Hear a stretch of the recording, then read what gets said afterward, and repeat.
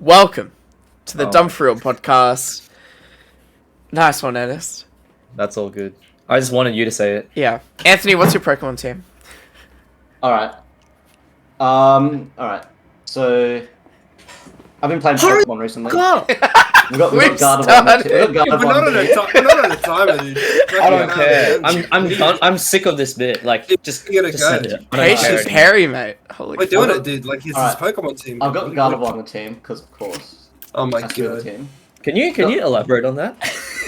What is a Gardevoir? Just really like Gardevoir. Just think she's a cool Pokemon. Oh, wait, is your whole team gonna be like female-esque Oh, like Pokemon? Lopunny and stuff. Yeah, No. Lopunny. No. I just like the character, guys. Oh. I got Milotic on the team. Just think Milotic looks really cool. Oh my fucking god. Okay, I got Mega Mawile, or just Mawile actually. Mawile. Yeah. No, Mawile is sick. Yeah, Mega Mawile is so cool. Oh, But, like, no. It's fitting in with this theme of, like, I don't know, like, thirst trap Pokemon. Like, alright, keep going. Alright, no, that's where it ends, because the next one is just Garchomp. It's the Cynthia Pokemon, though. That's like. It's like Nerf Trap into like the best Pokemon of all time. Yeah, I've got Sableye, or Mega Sableye, Wow, you're really generic. and then I've got Decidueye because I think he's actually the coolest starter. This Decidueye. isn't like generic, but there's definitely a theme. No, Like, I can see this being like a this thing. is like Radiohead. You know, it's like Connor and like Radiohead. Come on, man. Yeah, so alright. what's your Pokemon team? Alright, mine's pretty like. It's on brand. Yeah. Alright. So, I actually have a layout going on. Alright, so I got my little pal. I got my little Umbreon. Right? It's a shiny Umbreon. Right? He's in the subs. He's in the reserves for me. Yeah, he's a shiny yeah. Umbreon with the blue. Yeah. Really cool. We got Exeggutor. Yep. Right? Oh, yes. The little eggs. Yep. Yes. Can be a Alolan in certain, depending on yes. which season it is in the show. Like, could have an Alolan Exeggutor, like, you know, so what's going on, you know what I mean? Yep. We got Ludicolo. Yep. That is a very Jason Pokemon. Dancing around. Dude, that's Alright. Jason at the club. Wait, Jason. Just as a tangent, what do you think of Hariyama? I don't know. I think he's kind of lame. But he's definitely like... He's Gwyffcore. like Ludicolo if Ludicolo was born on the ground. He's Gwyffcore for sure. Like, I'll give it up. Yeah, he is. Yeah. Gwyffcore. Alright, so who we got? So we have Umbreon, Ludicolo, Exeggutor. What the fuck is a Fragment X Pokemon? What And then the we have fuck? Snorlax, obviously. Oh, yeah. Obviously. Yes. That's the ace. Damn, your team's tanky as fuck. Yeah, they're big boys. And then the last one's always a bit of a mix-up. But usually I go with Halucha. Oh, a what? Halucha. The wrestling bird, like Lucha. Yep. Luchador Oh, the Pokemon. Gen 6 fella? Yeah. It's like either him or like Mawile's in there, Braviary can be in there. Alolan Marowak's my favorite. I love Bravery. Also, another one that can get in there as well is Mr. Rhyme. Oh, Mr. Rhyme. Yeah, dude. Mr. Oh, Rhyme. nice. His little dance. Well, I haven't got my my God. cat Pokemon to evolve to this final evolution, but I've seen it and I think it's based like in the new in. Wait, no, that is the Scarlet. team. That's 6. I That's fucked 6. up. Yeah, Yeah. you did fuck it. Yeah, Mr. Rhyme, and then it's either Halucha or like Alolan Marowak. Wait, you can't talk about spoilers on the podcast. Yeah, can't you? Nintendo actually might take our podcast down if we talk about my adventures of Pokemon Scarlet so far. Have it been, Wait, has it been no, good? no. Actually, can you do that just to see if it does? This is No. just like we were in the other What if it doesn't? Discord, and Arrow was doing his thing about how he asked the EB Games for like the Gen 1 Switch Yeah. to like hack it, and then we were like, dude, like EB are all like fucking Nintendo pilled, man. Like they could report your goofy ass, and like imagine you do this at like the Swanston EB Games with like the Nintendo section, and you're just like, yeah, I want to hack my Switch. And then Jordan's just like, or Jason's there, and they're like, we are literally calling the cops on Actually, you right I'm now. gonna post a picture of I hate that so of much. the cat evolution, the grass starter, and I want you guys to rate it because I think I mean, this one's this so is- based. Jesus Christ, Anthony. This is just fucking thirst Dude. trap.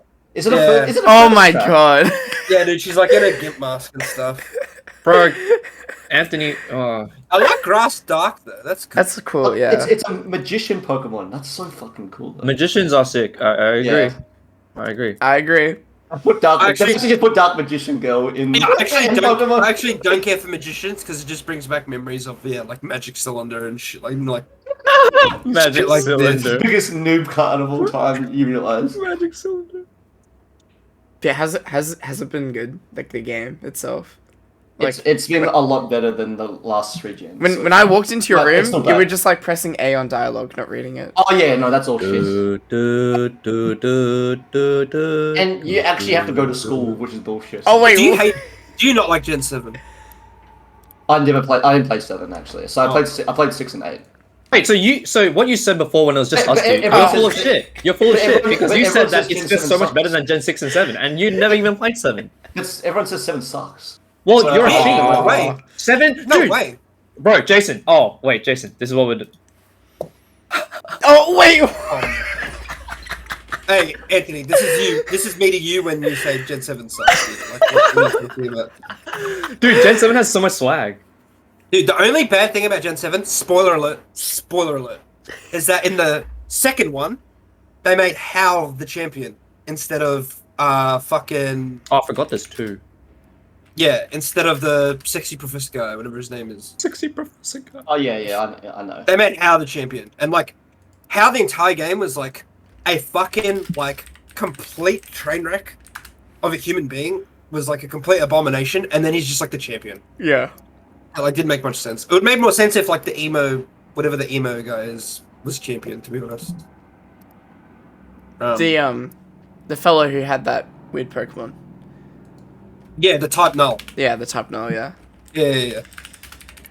I'm Made more letting sense people's than words through. Hal. I don't know. I actually thought the aesthetic looks really cool, but everyone says the gameplay is just not that hot. And the so. dex is actually good, unlike Gen 6 and Gen 5, which have like fucking awful dexes. So whatever. Oh, we can go on this for ages, but Pokemon app. yeah. Well, Connor, give us your quick 6. I don't have a 6. I have Okay. a favorite Pokemon, which is Phanpy. Oh, That's true. You do like Vampy. That's true. Oh. No, that's kind of normal. That's kind of funny, actually. I was in a VC yesterday, and I was like, dude, elephants can't be cute. I hate Vampy. What? Yeah. You dog. Like, I ran into one. I'm like, fuck this Pokemon. We can see where I rated Phanpy. Actually, I gave it a 5, Wow. which means it's Yeah, just normal. it's Bang about- on average. It's just a I normal don't think elephants Pokemon. can be cute. I'm sorry. Like, What about it is not cute? it's an elephant. So it just is trunk, and you're like, What? no. Do you not like? Yeah. Do you not like Dumbo? Yeah, Dumbo, mate. Ah, fuck them. You could learn a lot from watching Dumbo. We should watch No, some that was Disney a decent movies. movie. Oh my god.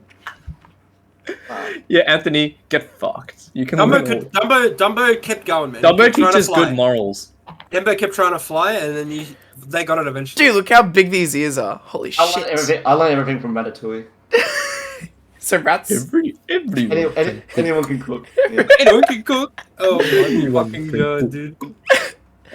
I feel like that's a very important phrase for what we're discussing today, right, Anthony? You know, can everyone Hey, I actually put in effort to look at 6 Pokemon, alright? Oh, Yeah. sorry. Okay, all right. Great Alright. segue, by the way, Connor. We'll do that. Darmanitan, Psyduck, Empoleon, Gengar, Dragapult, and Guzzlord.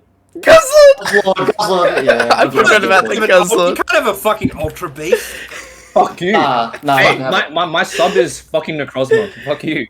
Dude, Yeah, no, I'll give it up. Sub Necrozma, dude. What the fuck? that's no. Hey, shout outs to the joke house. I gave Guzzlord a 1. I like that. He's so good. He's so ugly. Did you He's such see a lad. the Twitter thing of like, Just ooh, think about the prospect of a Guzzlord that exists in the Pokemon universe. Like what? did you see the Twitter thing of like the Pokemon raids where like, oh, this Ultra Beast is appearing in real life and they're in between the buildings and shit? No? No. No, Oh, no, God. Oh my god. Someone knows what I'm talking about. Guzzlord and Necrozma, they're my joke house Necrozma, advocates. Dude, we had Necrozma in here as well. Oh shit. Yeah. I killed Necrozma, so I had Herschel was in the room, and she's like, You know what defines Necrozma is when you try to spray it and then it comes back stronger. That's what defines Necrozma. Yeah. This dude lived rent free, like literally rent free in our house for 6 months. Like we could not kill him. That's He ended up creating a pyramid. Like Yeah, I had like a I had food chain. Game. Ultra Necrozma in the corner. Ultra Necrozma. Yeah. No, it's just like, okay, so basically in each corner of the room, there were Wait, always... Necrozma, by the way, for those who don't know, No. is a spider. It's a massive spider. Yeah. Okay, so I always had like little fellas in the corner of the room, completely harmless, just doing their thing, living Yeah. life, rent free, albeit. But I'm not like scared of these things. They're just like living Yeah. there, and it's just such an effort to get them down, right?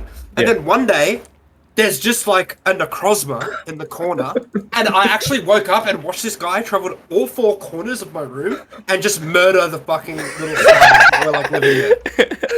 I actually watched him, and like he wasn't subtle with it either. He would actually just like scurry from one corner to the other and then start fucking going at him. Wait, And then it there's just no lived there, way. and There's then it just no lived- way. No, straight up. And then it just lived in the back corner over there, basically. You should For like you should 3 use months. a camera and post it in National Geographic, like the Nazgul. And that's when I was like, I made the Twitter post and I was like, attention all creepy crawlies, co-burgers, not bro-burgers, not like sanctuary for your like foster. Like you will die if I see you. And then I bought like the fucking spider killer and like fought it. You like, got him. Like a lion with a spear. Like fall back. the mountain, spider and just- actually, the mountain and the viper. mountain. Yeah, The mountain and the viper. Literally. You fall back with a spider. Yeah, exactly. The spider like runs at you and you fall back and like. So he actually had one of those moments in the old joke. I was like, I had to use the stick to just like, ugh, and then like a leg fell off, and he was still there. And I was like, oh my god. They live on. I'll get a magazine, mate. Yeah. Magazine. No, Crosby doesn't care about your fucking food magazine, dude. Like, what the fuck? No. He eats On the those for roof, breakfast. you just throw it up there, and He's then throwing at the spider. No. So. Yeah, I Herschel. grab a fucking milk bottle and just like throw it at the corner. Yeah. yeah. No, Crosby actually gets a fucking book thrown at him and he's just like, "Get the fuck out of here, dude." So like Herschel spotted Necrozma in our room, and like I like go to like try and get the paper to like try and let it out instead of just straight up killing it. Oh, And then he God. just wouldn't listen. He just wasn't having it, always scurrying away. So I'm like, all right, bring out the old Necrozma's gonna meet some my old mate Sharon, and then Sharon! Yeah. Oh, my Sharon, God. because I couldn't touch the roof. I wasn't tall enough, so I had to You can get on handball Hirsch's it. shoulders. And Maybe You that put was it the up. play. But yeah, I'm glad we all have our own little Necrozma in our world. Yeah. So, but yeah, speaking of Crosby, One Yeah. ultra beast. there can only be one true Necrozma, just like how there's only one true MVP, Jason. The Vic Awards. Tell us more. Necrozma is better than MVP, but all right. I mean, like, Oh, definitely. I should actually rename what do you mean? What do you mean? Necrozma of the Year. What the fuck? Oh, that can mean That can a lot mean of so things. much, yeah. Yeah. All All right. We're not calling anyone out specifically on the That's- Necrozma gag. Yeah, on the What's supposed to on the mean? Dumb4Real podcast. No, Necrozma that's on the section timestamp. timestamp. That's on the redacted fucking awards that he put in the chat yesterday. Is Necrozma of the Year. Yeah, but I don't know what that's supposed to mean though. The Necrozma of the Year, like I don't know, like a big spider. Who's the biggest spider in the Big Smash scene?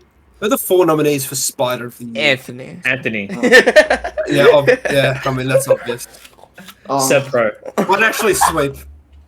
Oh, actually, Seb. Seb's he's pretty up there. Yeah. He has a job Bradley. All right, It's actually just Korea. I actually should just get up these awards, by the way, so we know what there. Alright, let's all skip over the spider talk. That's fine. All right. Yeah, Anthony's not having any of it, man. But yeah, He was already nominated for like ego and like horniest Twitter of the year or whatever. So and now he's Wait, up there for what? It's the Spider. same people. Wait, You this know- Seven. Yeah, did you- funniest Twitter of the year You should not see for funniest- one comment. Did you not for see one- corniest Twitter of the year that I posted, Ernest? Oh, Or- I'll or have One to- ego- for one comment. Or That's a ego joke. of the year? Yeah. Ego of the year is a good one. Wait, where is That's this? definitely Well, fake, by the way. Ego of the wait.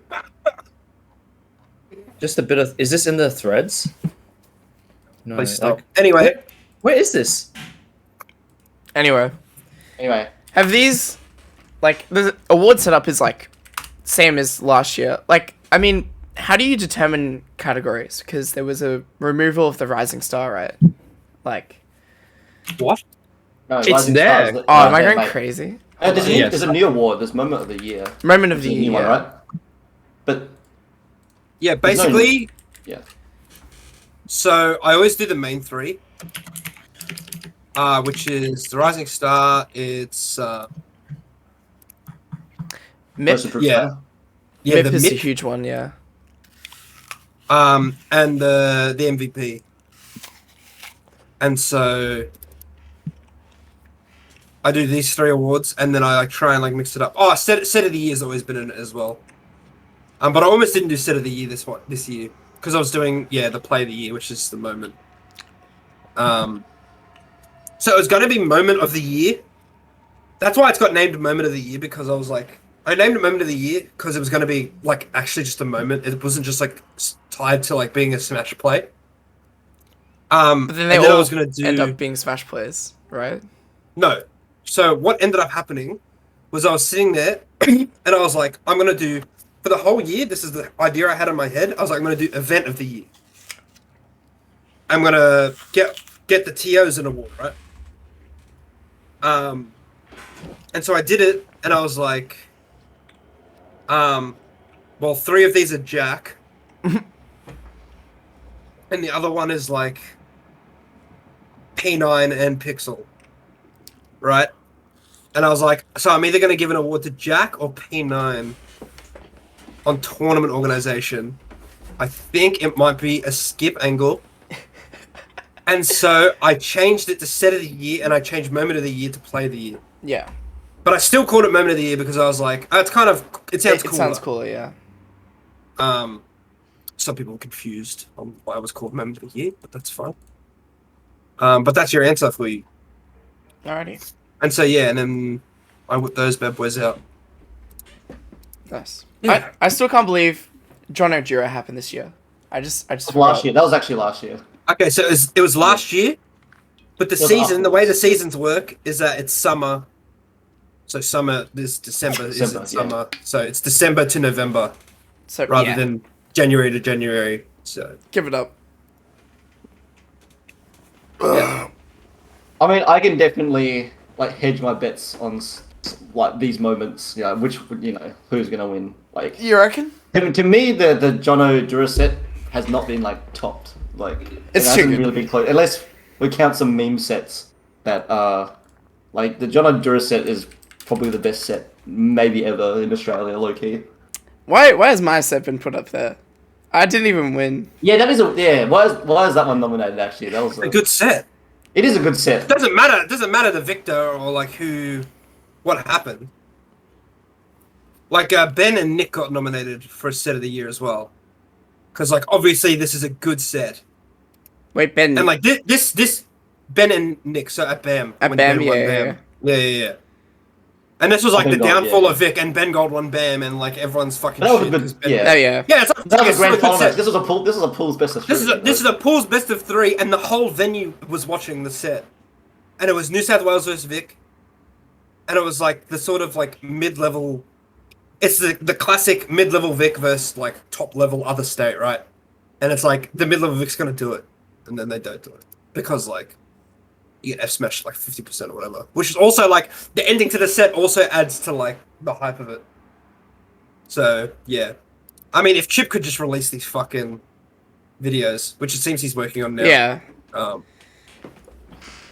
We'll see the hype in the crowd behind that one. So I'm assuming yours is getting done first. Because you were on the Friday, weren't you? I was on the Friday, yeah. I assumed it. Spoiled. I assumed that he was just going to do All the Both. yeah. It's like here's the Phantom mic'd up, and it's like Connor and Jason. And then for the next one, it's like John and Jack. That's too good. Yeah. Um, Yeah. Sick. And do you have like any quarrels with being like, man, what if I just picked it wrong, or like the public opinion was like so swayed to like one of these? Well, I've already ordered the medals, so it's just far too late to worry about this stuff now. But yeah, I was saying like when I am ordering, I'm like, There's a few contentious ones in there, like, I think. oh yeah, and there's, to be honest, like the last few years have been pretty easy. Yeah. I think the most improved for last time could have gone to a few people just because there were so many different variants of like That's improvement. true. Because I Radio won it last year. I'm like, So Radio- it's on different. So Radio won it, and that was like before lockdown. This guy's actually completely unranked. He was like a shitter. He was just like a pixel attender, and like everyone Radio? was like, yeah, Radio. And then He was like 1-2-2-2 with GG noises. yeah, he was like just like a pixel guy, right? Yeah, you can And tell then- he had passion, but Yeah, but it's just like whatever. And so then he like turned himself into a threat, and I was like, yeah. I think the other one that could have won was Wootkins, if I recall correctly. are you talking about last year? Yeah. Yeah, Who won? Radio. Radio. Oh, okay, yeah. I think Wootkins was the other one that could. But, yeah. Wilkins is a bit strange because he was PR before. He's been at the top already, type of He was thing. PR'd in New South Wales in Smash. Yeah, No, yeah, but like, No, that's wrong. PR'd in Newcastle. but it's also like he was at the top like for a bit, and but not just that, but in Vic he was also like he wasn't like a He was like slash, 15th in Vic at the end of Smash. which is pretty good, right? It's all right. And then he comes back and he's Wow. like 50th or like not on the 40 for like a year, and then comes back and he's like HMs basically for like the whole year. I always like the down to up more like Yeah, the- same. And that's the point of like the thing Yeah. to begin with. nominee is like Um, a shout out. It's like I see you. Oh yeah, obviously, yeah. Jura was a nominee last year as well, and he went from Yeah, Jura went Like- from like low PR contender to top 3 in the state. Like, No, Was he? he- But Was that he a jump is nominee? insane. no. He went from so he wasn't third at the when he got nominated. oh, okay. He went from like 40th ish to like PR.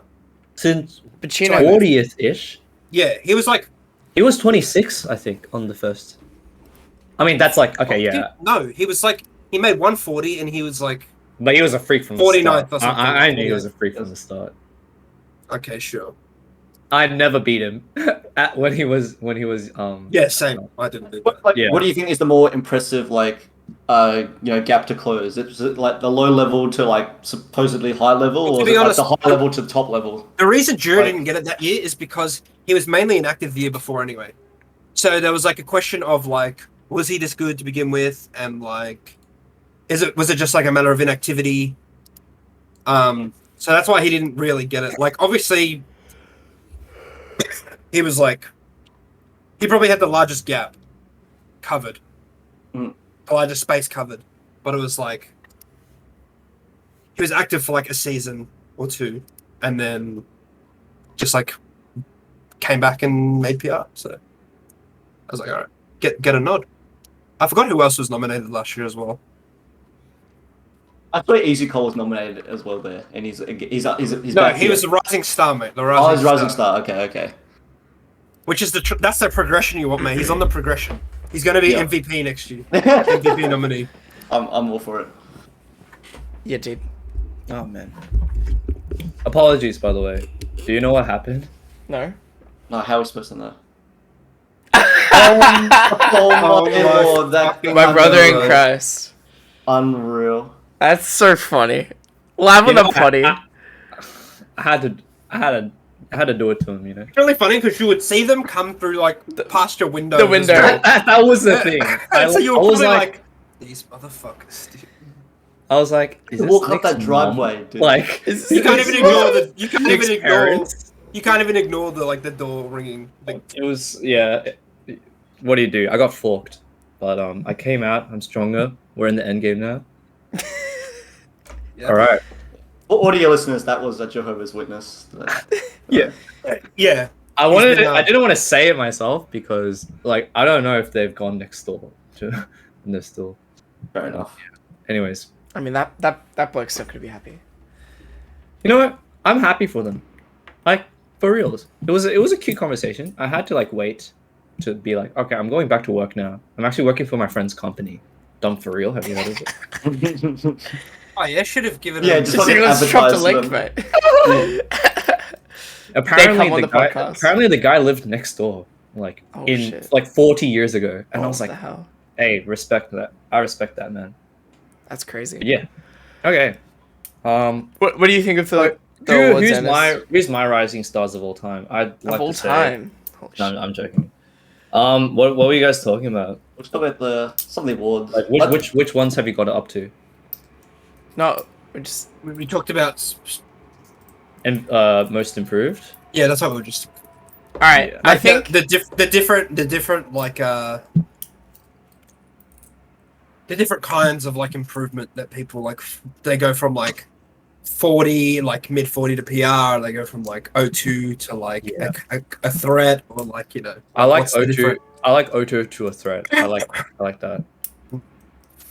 I don't know. It's more like I mean, but we know the PR jump is like insanely hard. well, I mean, obviously, but the yeah. thing is, right? It's like it's kind of like you want to give credit for like the biggest leaps, you know, and like you can argue that like, and I probably agree that the leap from like let's say low end PR to like top 2 or 3 in the state or like the top 5 is like harder, right? And it might be, but it's also like that person doesn't probably doesn't need that recognition, you know.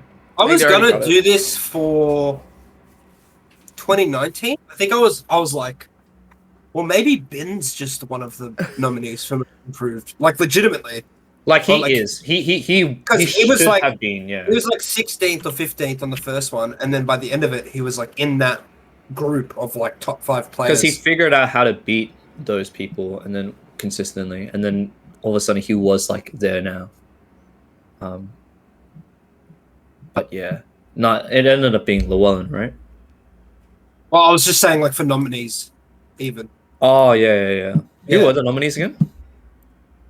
Do you remember? 2019. I have Yeah. the nominees were Sandman, There'd been like Llewellyn, Oh, B2, Vinny. Oh, Mast, shit. and Vingry. Connor. Oh, you What the peaked fuck? in 2019. Yeah, man. You didn't peak, but you were. I was better back remember then you than were, I was you were now. really good from the start. Actually, you were like 19th on the first ever. I was Go on. 20th. Dude, I got like 5th of the first ever local, I think. I got 7th. I That's crazy. lost to Dilber's Wolf. Dude. Oh. Has there been like a curse with any of these awards? Like, if you win this award, you're like doomed. Nah. You know what? Do you Every usually- most improved Improved? Yeah. winner in Ultimate has quit. What? Radio's So still Llew- going strong. Wait, What? no, I fucked it. No, because I thought Deku was in that, but You're just If you thinking want of Rising- she went below. Rising Star. She went Rising Star. Every rising star in Ultimate. Has quit actually, Who? because Zaki quit, Oh, and then who was the 2021 and rising then star? Deku. Oh. Deku's gonna come back though. I mean, not yet. Well, you don't know They that, might, yeah. but like the kids, I think the kids have a very high likelihood of coming back. Dude, who are the anyways. Rising? Hang on. Naru said he was going to quit, and then he came back. I posted it to Twitter. Let's see who the other Rising Stars. I think like Mage just reignited it for a lot of people. I think these players that on the Rising Okay, Star. If you are ever actually, quit, then nothing actually brings you back. The Smash People- 4 Rising people who Stars. quit don't even announce it. They just say they quit. The Smash Yeah. 4 Rising Stars are actually like now like some of the best players in the country. So Oh, what like Bin? Or DD. DD. Bin was Seb- not a Seb- rising star. Seb and Ernest. Yeah. Well, Seb is I definitely. just run Rising Star in Smash 4. What the fuck? Sorry. You run Rising Star in Smash 4? Yeah, man. Oh my god. One of the happiest moments in my career. Oh, Whatever. wait, and another part of the awards we forgot is the Hall of Fame inductees. But I feel like we. I mean, that's just I, like I can't see who are the people in the Hall of Fame. Where do we I haven't find done them? that in a while because it's probably really hard to do that. So it's like, I mean, We did it yeah, last like year. It's on Did YouTube, you? Anthony. Last time. Yeah. You know, but where do I find like the previous years? Like Type all up of them Hall of together. Fame. If it No, comes but up. like how many people in the Hall of Fame right now? it's just lost in the void, brother. I don't know. It's just whatever. It's on YouTube, so have a look. I mean, yeah, you can work it out. Yeah. Is there like There's- 20 people probably? Feeling There's 18. Ignis, Snugs, 18. Revax, Bruiser, There's 18. Jason. Saber, Inzi, Bradley, Seb were like the newest ones. Inzi. Yeah, Inzi's in it. Inzi, yeah. Come on, man. Yeah, Oh, but like mate. but like last year. With like, the oh shit, No, Inzi was in the last year's one. he was like 2019 Yeah. with Bin, I think. No. but Like Earl, Swifty, Nick. Bradley, Inzi, Jono. Tommy in 2019. you had like Saber Ghost. And then Saber, Ghost, Arnell, Ghost Bin, was and so Seb. funny. Yeah. Ghost. What a fuckwit. Oh. Like, And if you want me to low-key- be completely honest with you, I have not thought about it yet. Dura, I think I've Dura had is some probably. I mean, thoughts? no, it's just you're probably just next on the list, Ernest. Probably. There's No, no- shit. I bullshit. mean, that's just shit. not even Yeah. remotely. Really? Anthony, You're just, so dumb. Anthony, you don't get it. This guy's PR'd like You don't get it. So has This is no. I haven't even been like PR'd more than like most people. Like I have been PR'd as much as Deku has. No, if And you want to be, Shane's been more, but the person that is next is Dura. Think I mean, about it. It's Dura. I don't even know if I'm gonna do it this year, just because I put so many people in last year. Yeah. But the actual answer of who would be next probably is going right over everyone's heads, and it's Zetman. Yeah, That's true. Oh, definitely. That is true. Yeah.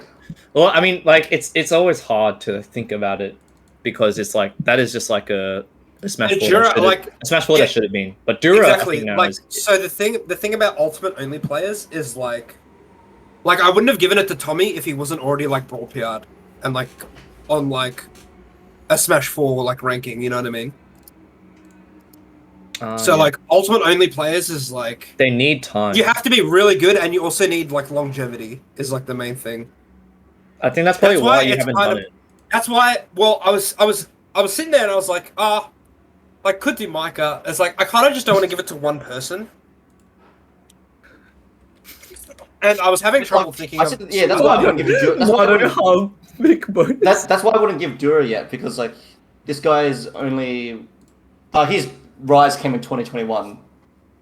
Whereas like Ernest has been like doing you pretty just well. said for you quite a gave while. it to. You just said you'd give it to Ernest over Jura. Yeah, but Ernest has been a little bit longer than You don't understand though. Like no, everyone, he has everyone not that's been. everyone that's been on the Hall of Fame have like significant highs. Like think about literally every single one of them.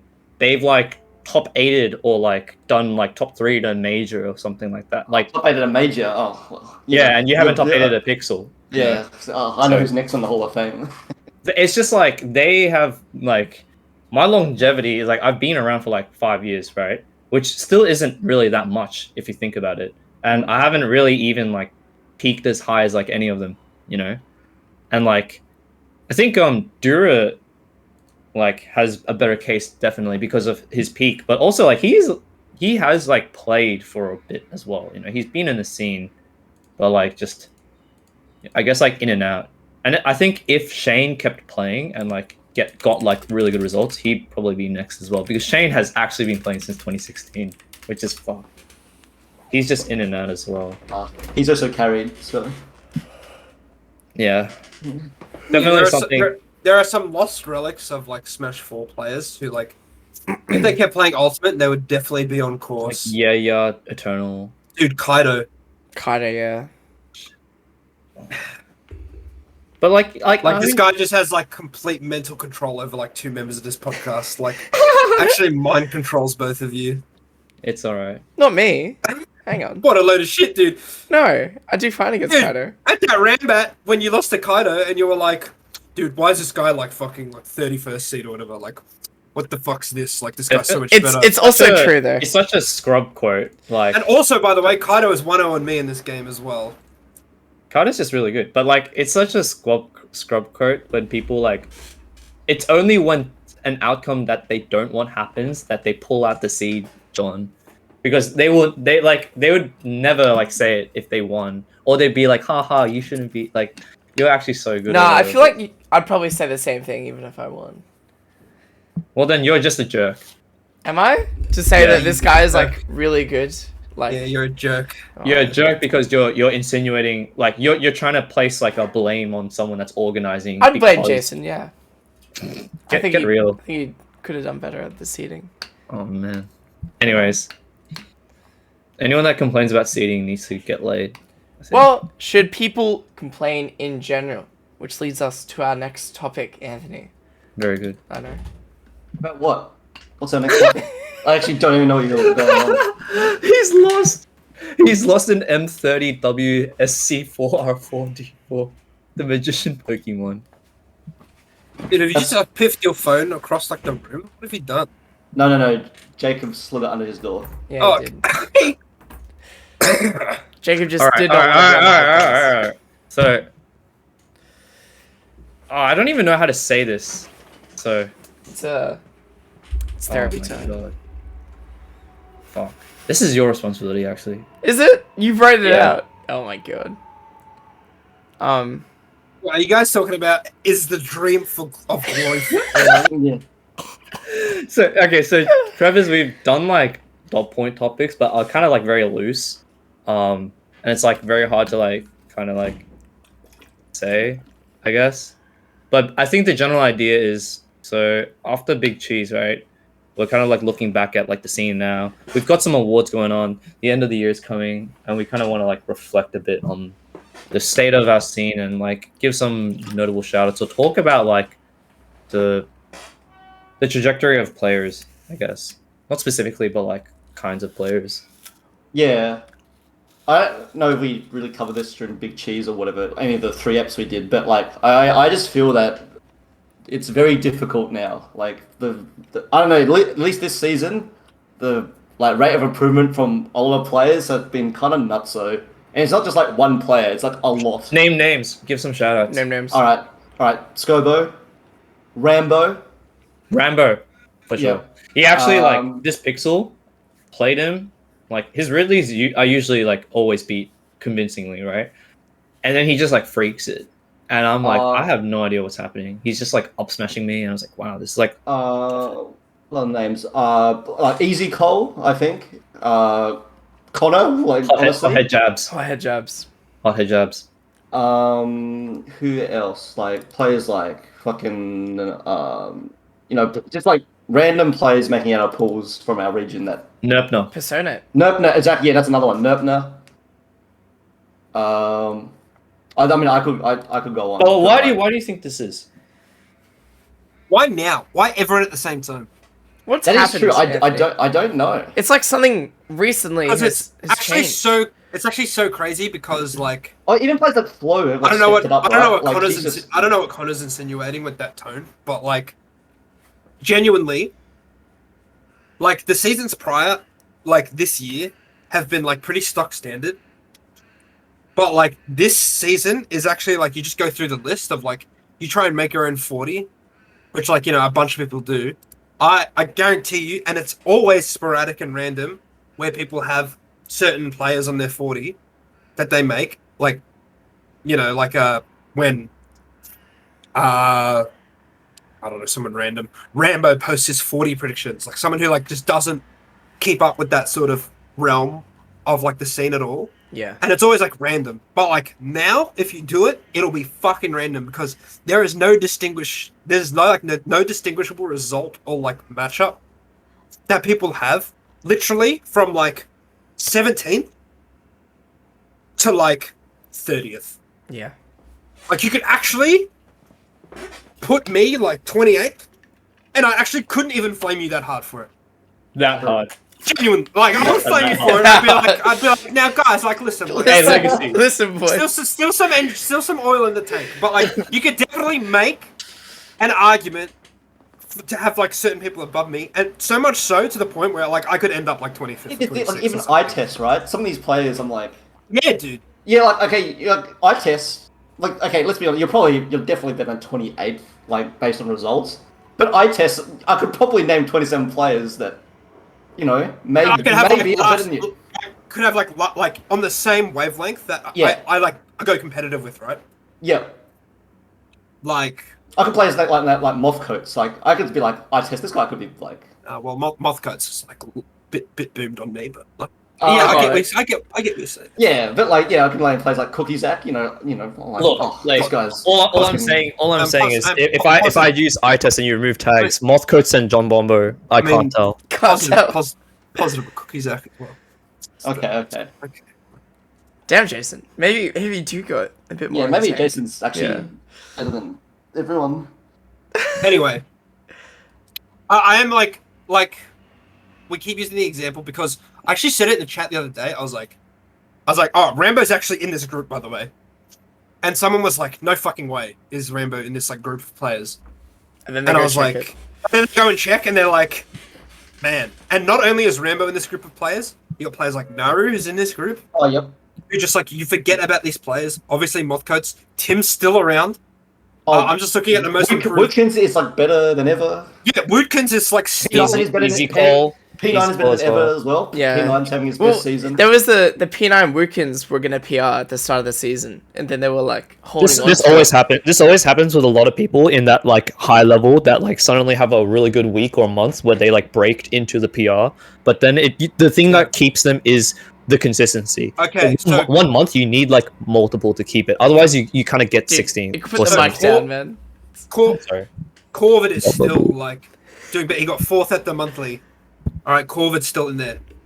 Wash isn't even going to fucking. Wash isn't even going to tournaments.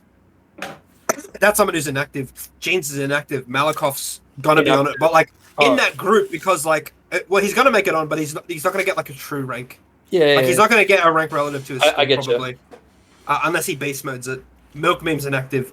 Pisky's not really going to stuff. Phillips, Harris. fucking, Harris. Harris is gonna be inactive. Mamma mia. That's fucking Philip. This guy's like. Philip. Philip. Oh, Philip's actually like so fucking dude, good. I test this the guy's comeback top of 10. Sunshine, Like, actually. Like I think the major just like got everyone gassed. Yeah. Bro. Like all these people are like, I want a slice as well, you know. Philip's like he'll have his slice wherever, but he's just like Ignis, dude. Ignis returns he to beats form. he beats Dagsa for a treat. Ignis gets 9th. Fucking Easycall beats Nejima. Like Nerp beats Jaws. Like Naru beats Con. Like all these people just fucking freak it. Other names. Rambo's still up. Gerge's still probably up there. Homer has leveled up. Oh, Piggins yeah. is still there. Like the fact that I look at this list and I actually look at Piggins, who's a general like 30 to 32, like in this range consistently, like perennial. Basically, since he His got on the 40. his jersey number's 31. Yeah, exactly right. This guy's like just the only person on this list, no shade to Piggins, who hasn't just like fucking blown up. Like based off what I've seen. And he's still like He's still like a yeah. threat, right? Like Yeah. it's actually He will crap. gatekeep me from my top 8 pixel this week. Like, And then you have inactive players, so like I don't know how seriously Jacob's taking this game. So Nop still is getting like wins, probably losing to everybody, like we discovered. Mod's in there now. Thin Man's inactive, Save's inactive. Inzi. Like Inzi's inactive, still looks like he's checked out based on the sets I watched the video. he should have beat Connor on Monday. He should have, yeah. dude, the girlfriend I think debuff. Yeah, the girlfriend Yeah, debuff that's not true. very well. Not this season, but Trent's gonna start going to stuff because he's done with fucking uni. Yeah. Dude, Will Dan. Oh, damn. Fucking- Will Dan All stays these there. players, man, Blue, actually Blue feral. Barossa. Dude, the Blue freak monster, the fucking monster. Actually fucking banked him as my boy. So like, it's actually over. So- Might have been the closest set I've ever won. Until it wasn't, but like Should have lost game 2. Yeah. But then on top of all that mid-level, right? Then you still have like the same 10 people who are making PR anyway.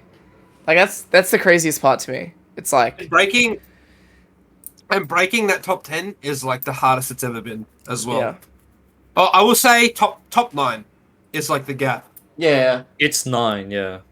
It's 9. No, I it's thought the 10 like- one's up for grabs. Wait, so it's the 6. Well, Bin's still up there, lol. It's a Oh, 6 plus- Bin's it's- up there. Yeah. 5 it's a plus 6. Pat, So- and then Okay, so plus the Pat. No, actual- it's 6. It's 6 plus Pat. oh, No, because listen. Tricks. Yeah. Yeah. Holy Yeah, fuck. and Zav. And then listen, you fucking idiots. So it's 5 Already. gods, right? It's 5 gods. All right. Yeah. It's Strix, obviously. Then you have Jura and Pat, Yeah. who are Zav. in the group here, and then you have Zav, who is. There's probably a gap between that group and Zav, but then there is another gap Gap between Zav. between Zav and the next person. And then it's So, like like, it's like you can a actually- Flo, you're actually and in then that me, group. and then Yeah. Oh, Flo! Fuck! yeah, Flo's above me. I So it's think. actually just 10. all that. Sick 'Cause PR, I think dude. Flo's probably above Zav. Well, it helps that Flo has a really good head-to-head against Zav, but also Flo did really well at Big Cheese too. He's Yeah. done really well. Right. He's actually taking sets off like players ahead of him now instead. He of- beat Tricks. Yeah, He- true. He beat Strix. He's taken a set off Nick. He's positive on Jura. Yeah, but he's Like- dating on me though, so. Yeah, I mean, he's like 5-0 on me. This guy's like completely fucking Yeah. unbeatable. Man. Yeah, what are you gonna do? And this is like with like Malikov basically being inactive and Jean's like being completely gone as well. Yeah, and then like after that, it's just like it's a war zone because It's actually mayhem. yeah, because like I'm there, and then you have like you two, Connor and Anthony, showing up as well, and then P9 is just like going to kill us. We as actually well. made it. We He's, actually he's made there, and then Wookins is like reverse 3-0ing everyone. so like Anthony made a list and sent it, and just a spoiler, he had Corvid really high and like we toxic few like kind of low. We And I was like, Thomas. Yeah, Thomas. so is- he- sorry, Thomas, like, Thomas kind of is like- you. Holy shit. And literally, I was like, dude, on my list, I have Corvid and Thomas swapped. And he's like, you know what? I don't disagree. And this Like, EBS I could- proves could- proves it too. It's like I could actually swap like these two players, and I would be fine with it as well. And like 10 spot gap, like swap these players, and he's like There's so many guys. So Man. too many broken people. you know? exciting, scary, So scary to play and Smash, dude. Like Exciting, actually. the thing, exciting and yeah. the thing I'm Very always good. curious with the PR panel, especially when like the top 10 or so kind of stays somewhat the same.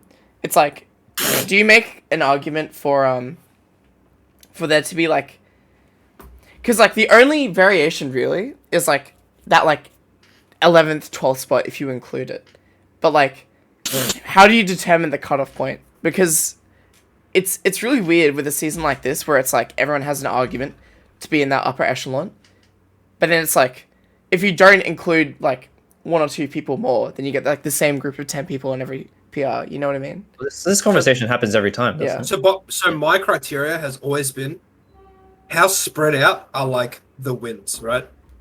And this season, and this is why I'm pushing for like a smaller PR, is because actually outside of that top 10, and probably Connor is like the only other person who has like multiple top 10 wins, but like no one can beat any of these fucking players, man.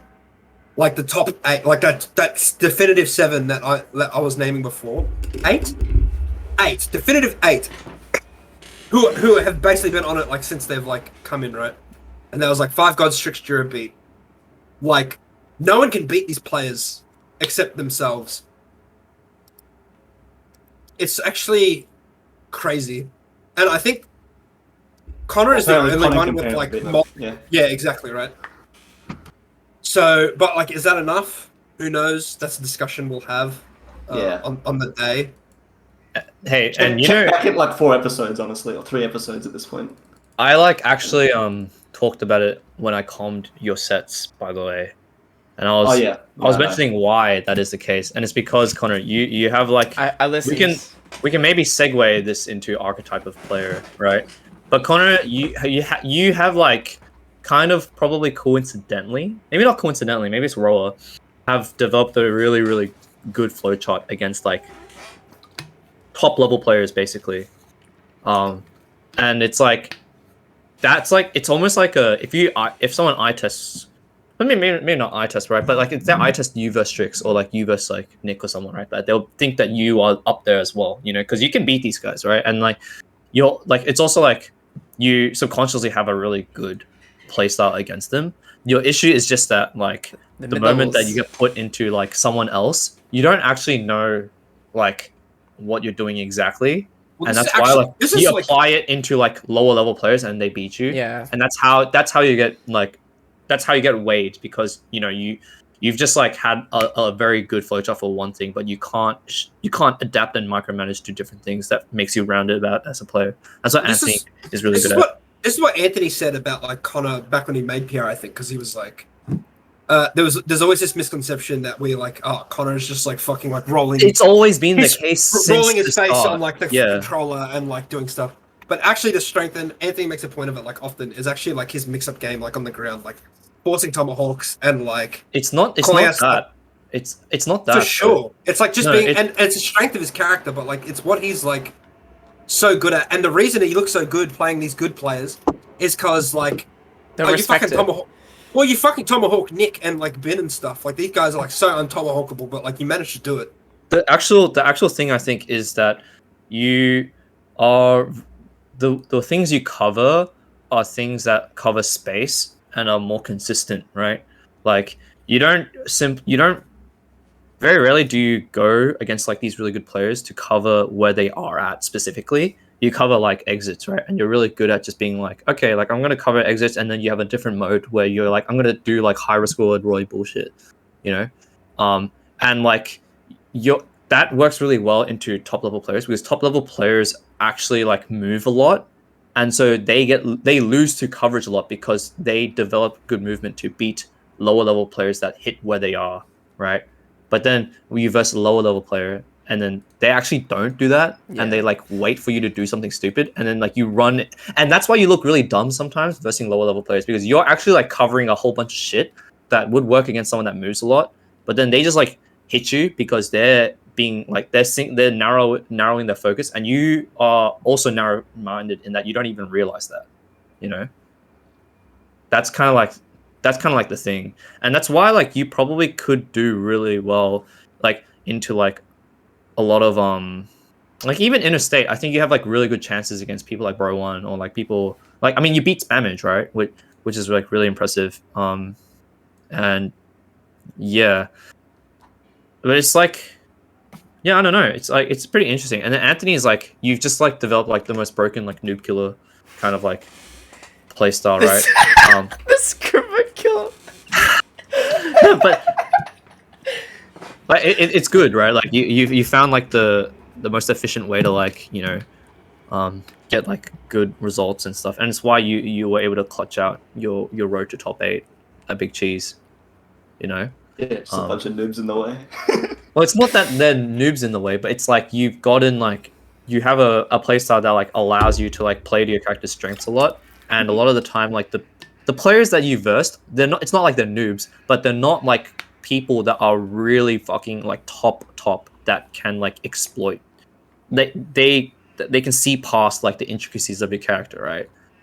And that's when you actually that's when you struggle a lot, because that's when it's like, oh, you can no longer rely on your umbrella coverage options.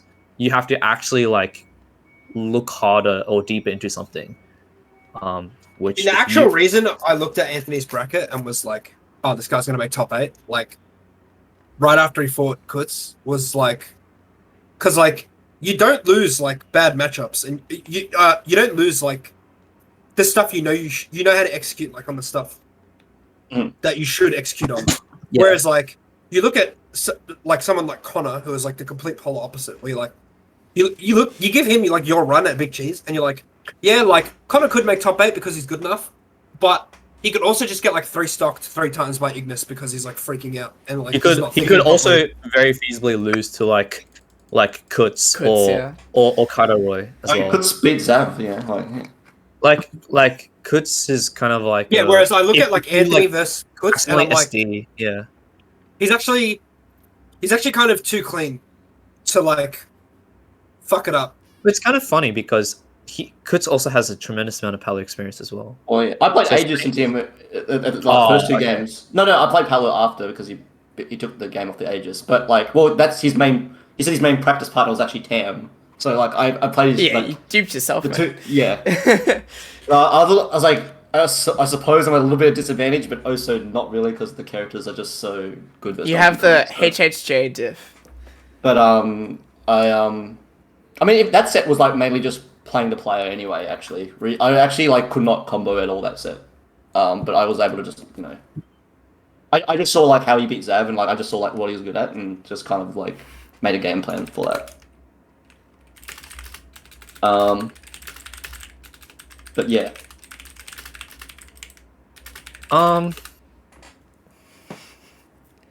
Okay. Are we addressing this? Yeah. Well, we're just pausing. Yeah. Is it We're gonna pause? pause? Okay. All right, actually, because I need to take one as well. Alright. 3, 2, I'll 1. make Alright. That's gonna be And my- we're back. All right. I shouldn't You say that. also actually. didn't even need to say we're Yeah, I back didn't- because I didn't need to say that. My bad. it's all right. Continuity. break. Okay, so I think the next topic Jason's gonna I want to talk about because Just taking like the shit of my life. By the way. Dude, biggest Ganon. yeah, was it a This was- mighty? This was not a game. It was a Ganon while. being Gru is so funny. It was a while. This was not a Ganon. A Ganon is clear. It has shape. This was Pig Ganon.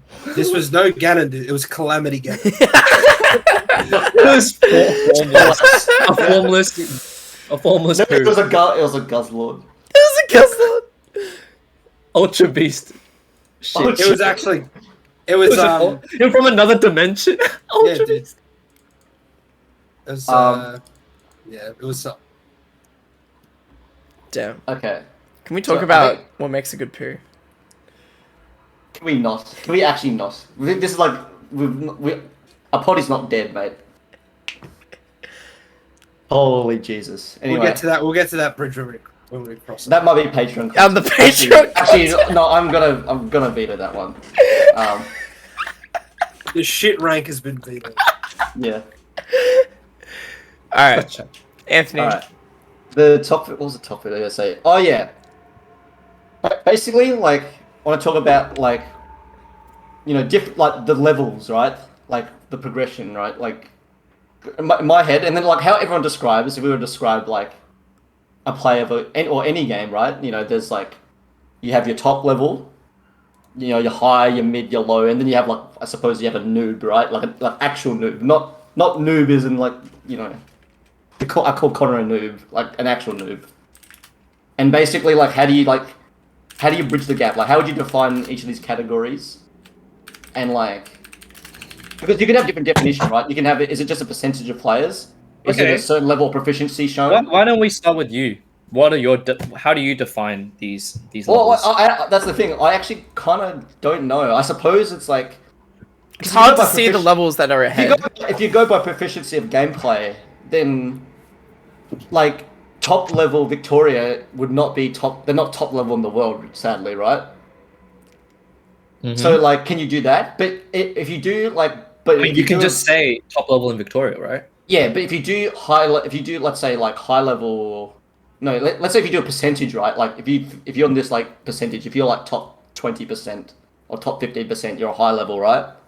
But like, what if like the skill gap between those players from 15% to the 35th percentile is like Are you trying? Nothing. You're trying to say so many things. Okay, are you trying to say like how do we make Victoria relative to the world, or do you only care about the state, like within the state? Because you're saying like, why does it matter if you can't say like, oh, the top level of Victoria is not really top level of the world, right?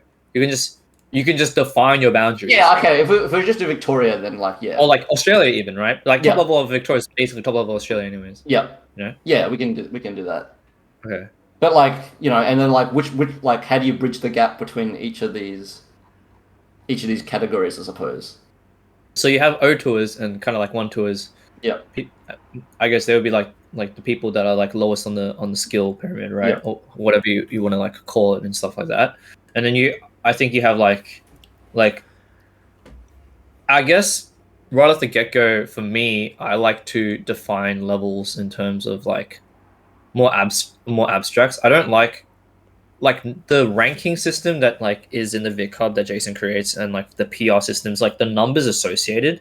they kind of are more like helpful guidelines to levels, but they don't define the levels themselves. You know, Yeah. like they are meaningless with like in themselves, right? So it's something. It has to be something in terms of like the gameplay, Yeah. and So like, rank is just a number. Well, yeah, and I- like, the results also like you can't look at results by themselves, right? I mean, like results are kind of like good indicators for like averages. You know, like someone that's good generally gets better results, right? It gets a bit more murkier when you know the levels are higher, and then like there's like sample sizes are smaller or like larger, etc. like that. You just have to look at everything in context. But for the most part, levels are something that's like abstract to me, like quality of gameplay and stuff. And like the issue with that you'll find is that if you're saying that a level is defined by like your gameplay, right, or like the eye test or whatever, that's really hard to see. So you know, like that's just like a very bad sort of baseline, right? But it's like you have to use it with the knowledge that you don't know everything about the game, right? So when you see someone play, you're like, oh, this guy looks really good. But then you also have to look at like results as well and be like, okay, so this is kind of where he is at. What does this say about this person? You know? One thing, So even early in this episode, even early in this episode, we talked about the JT versus Connor set, right? And even Jason said like, oh, that's the classic mid-level Victoria. You know, number 16 in Victoria, by the way, versus top-level Sydney. And that really struck a And chord with you for some reason. No, it's like, no, I just find that interesting, right? Like He was like, 27. I mean, he was 27th. He was that season, yeah. But like, it's like, well, what, you know, is Connor actually mid level? Like, what about his gameplay? Like, doesn't he show enough proficiency to like earn like, you know, being a top level player or high level player? He is in that level where he like fluctuates. It's just like a matter of like the season itself. Mm-hmm. The thing There are is, like right? a bunch of players like. We talked about this when Milkman got ranked really high. We're like, okay, but this guy isn't actually 17th. Like, you can't actually say that just after like 2 tournaments, because like that's really what happened is that he got 2 good results and then that gets him 17th. And that's what you mean. It's all contextual. if Sorry, were I you gonna say something? if I may, I think one thing that would be cool to include on a ranking, like image for next time, would be like the standard deviation of like a person's rank or like a sigma value to show like Year? Did you say like- sigma value? yeah So it's for cool. like the variance of like that rank, whether like the spread of their results are like really tightly knit or like they're super like far apart. I feel like a consistency factor. You used a along- bunch of maths words. Are you just talking about like an average? No, it's like how much could they potentially have like been So what Connor spread away is- from the average. But how do you calculate that? No, what- so what like Connor- as you have a sample, right? Let's say like a year, or Yeah. like you make it like any like arbitrary range, and Yeah, then yeah. you look at like each season. You look like you make a deviation or like a number from like how far is this from the average, like a +1 or What? +2 Average of what? of your rank throughout the season Well, or throughout the year, for example. it's not Or, even like, average. It's like think of it this way, right? Like let's say on like a dartboard, right? Like when you throw a dart, I have the potential to be hitting like pretty close to the middle, but I can also hit pretty far away. But it's like I want to know that range, and then the average is obviously How do you somewhere in that calculate that? range. Because it's mathematical. Yeah, I mean, But so how do you calculate that? well, there's a formula for it, but as in like Would you it's not use doable. ranks? Like but you would use the ranks though, right? yeah, you'd use like So people basically, starter. it's like a number, and let's say so. Would the number be like, let's say Ernest throughout the year? He's been pretty consistent. He's there, so his number would be like. You take the What, like- 95% like percentage of the range, pretty much. Like But the number is the range. It's no, it's there is a number for it. It's look. I'll have to tell you another time. I understand what he's trying to say, actually. I but, kind like, of this- understand, but what is the definitive like number? Like, what would Ernest's number be off the top of your head? You think? Probably like 11. yeah, 11 So to 12. it's an average. No, but Maybe it's a not little average. far. It's. Can you explain, Anthony? It's No, well, Ernest is, let's say, average rank is 11. We could. Yeah. That's probably true, right? Like, let's just say, like, you've literally been ranked 11, and right now you're probably like pretty close. Just to say 11. like, just move on. It's Your range is like probably like 7 through 15 or 14. So the maybe? range. So the range is the thing we're putting on. yes. Yeah. But Yeah. then So you it's can like- create so a it's like, value yeah, from the 8 to range. 13. That's the thing. But what is that now? What is that value? That's the sigma value, mate. Yeah. And what does that represent? It's the, if you want a math term, it's how far away from a given sample point is from the mean. But do you? Okay, so the number is the difference between his mean and his actual rank. Yes. So like, let's say Ernest gets 13th, his sigma value would be like 2. Yeah. So it's an X factor kind of. Yeah, but it's like actually based on his At the results. start. Wait, no. At the start, I was like, you use the average, and then you compare you compare where your rank is right now to that. So it's like a +2. No, well, my idea Or a with minus like a range is like you take people's like worst tournament results and like their best.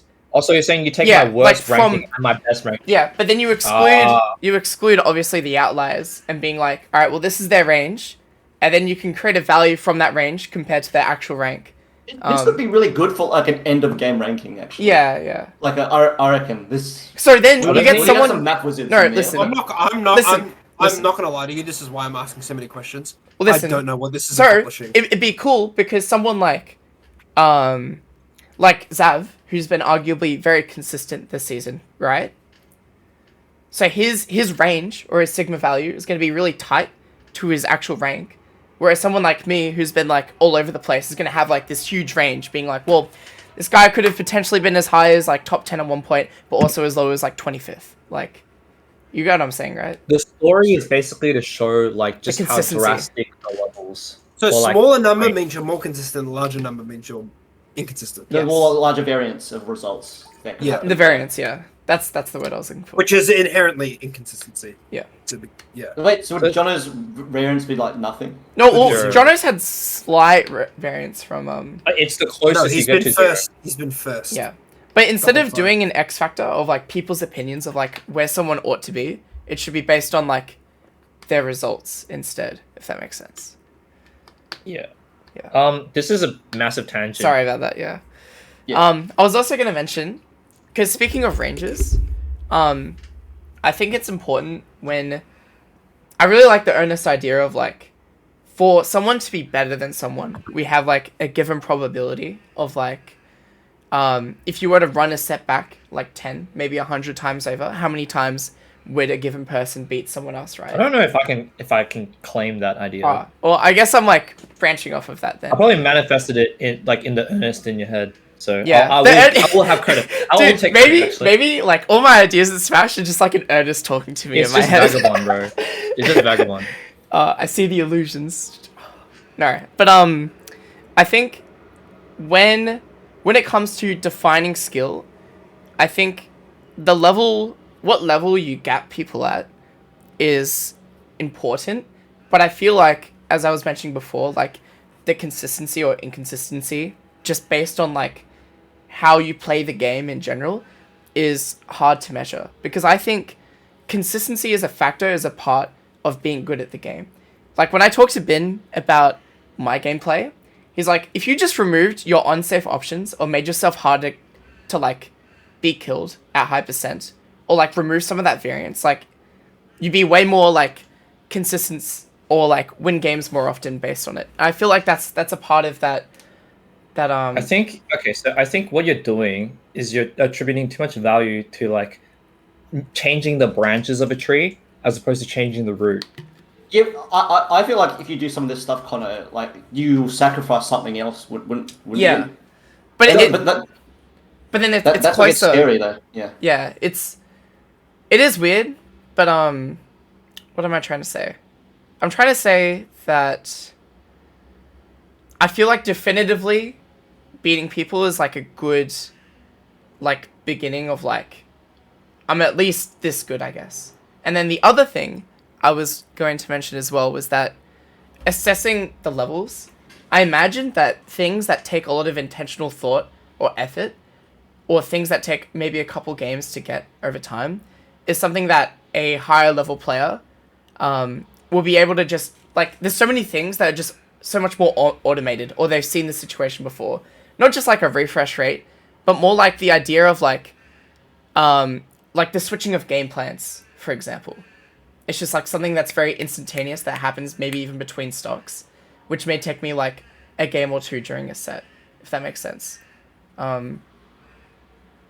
Yeah. One thing that I like to do to define levels is like I kind of coined like I kind of like mentioned this a while ago during COVID, but it was like the way you define where people are in tiers, because like I used to like imagine like the dual 140 in like tiers, right? It's you look at this person and you look at who is the best players they can beat, and then usually people are like some people back when we had like the like old discords that talked about rankings, they'd be like, wow, this person beat this person, they must be this good, right? This is their highs, and then you look at who they lose to, and this is their lows, and then you look at how consistently they are, but in fluctuating that. If this person loses a lot, right, to really low level players, right, like that, he should be dragged down, you know, and that's his level. So Nop, for example, like no procking, incredibly good wins, right, but also his losses hurt more and they're more consistent, you know. And then you look at someone like I don't know, like this is just how I kind of determine it, because it's like this is the amount, and this is like your highs, right? Generally you are in one tier, like one echelon, where it's like you can beat the people above you, but you can like lose to the people below you and stuff like that. And if you if you beat someone like 2 levels above you, that is either an extreme outlier or that says something about you potentially being in the higher tier. Defining an upset, right? It's like the same idea. Yeah, but I use like wins and losses to define where people It's like how often does a mid-level upset a top level here? Incredibly rare. So I think of someone like Pat, right? People might think like Pat is like incredibly like in the top level, right? But the thing is, he probably has like way higher deviations compared to like the top 4 or 5, you know? Like a lot of the time, like Seb and Bradley, like they kind of like throw sometimes. Like Diddy, when he went like random or whatever at that EBS and losing a high maiden, that like if he tries, that does not happen, right? Yeah. Obviously, like you can say that without you know causing fuss, right? But then like someone like Pat has a history of like losing to, you know, like they're not terrible losses, right? It's not like he's losing to someone that goes like 1-2 or whatever, but he will lose to like Tom, for example, or he will like we talked a few, or he'll lose to Jaeger, or he'll lose to like these people that are kind of like a step below, you know, like he will get 33rd, for example, and like a major, or like it's this and that. And you look at someone like Didi, who someone might be putting on the same tier, and Bradley doesn't actually lose to these people when it matters, right? And that's kind of how you separate the two. And that's why Pat belongs more with Zav, right? Because Zav is like, has a frequency of losing to, you know, people like Easy Cole, right? Or like, and Easy Cole's like not a bad loss, but like he can also beat the people above him. Yeah. But that doesn't put him on the level of Strix. The variance doesn't go that low, is what you're saying. Exactly, yeah. Like everyone has, like, you know, when we say we all get one, means Strix losing to Tom doesn't change the fact that he is in the top, you know? Strix losing to this one person one time, or Easy Cole one time, or whatever, right? Like, the fact that he, like, this might be like 2 or 3 times maybe out of 300 doesn't change the fact. But if it's like out of 10 times, and it happens if it's 2 or 3? like 2 times and he's played like 6 games, you know, that says something, right? Yeah. So it's this is actually just what happened to me and Tom. Tom and who? Like which Tom? Me and Tom, like P9, where I was like There's too many Toms. 35-0 and whatever the fuck, and then just like fucking, it's just like 5-0. It's just like what happened. It's like the first 2 times you can be like, oh yeah, but it's like still Jason favored, like obviously because like it's 35-2, like lol. but now it's like actually like 5 wins in a row. He's like, got you figured out. Well, something has changed, right? This is not the way data works. You can't just go, oh yeah, this is 5 flukes in a row.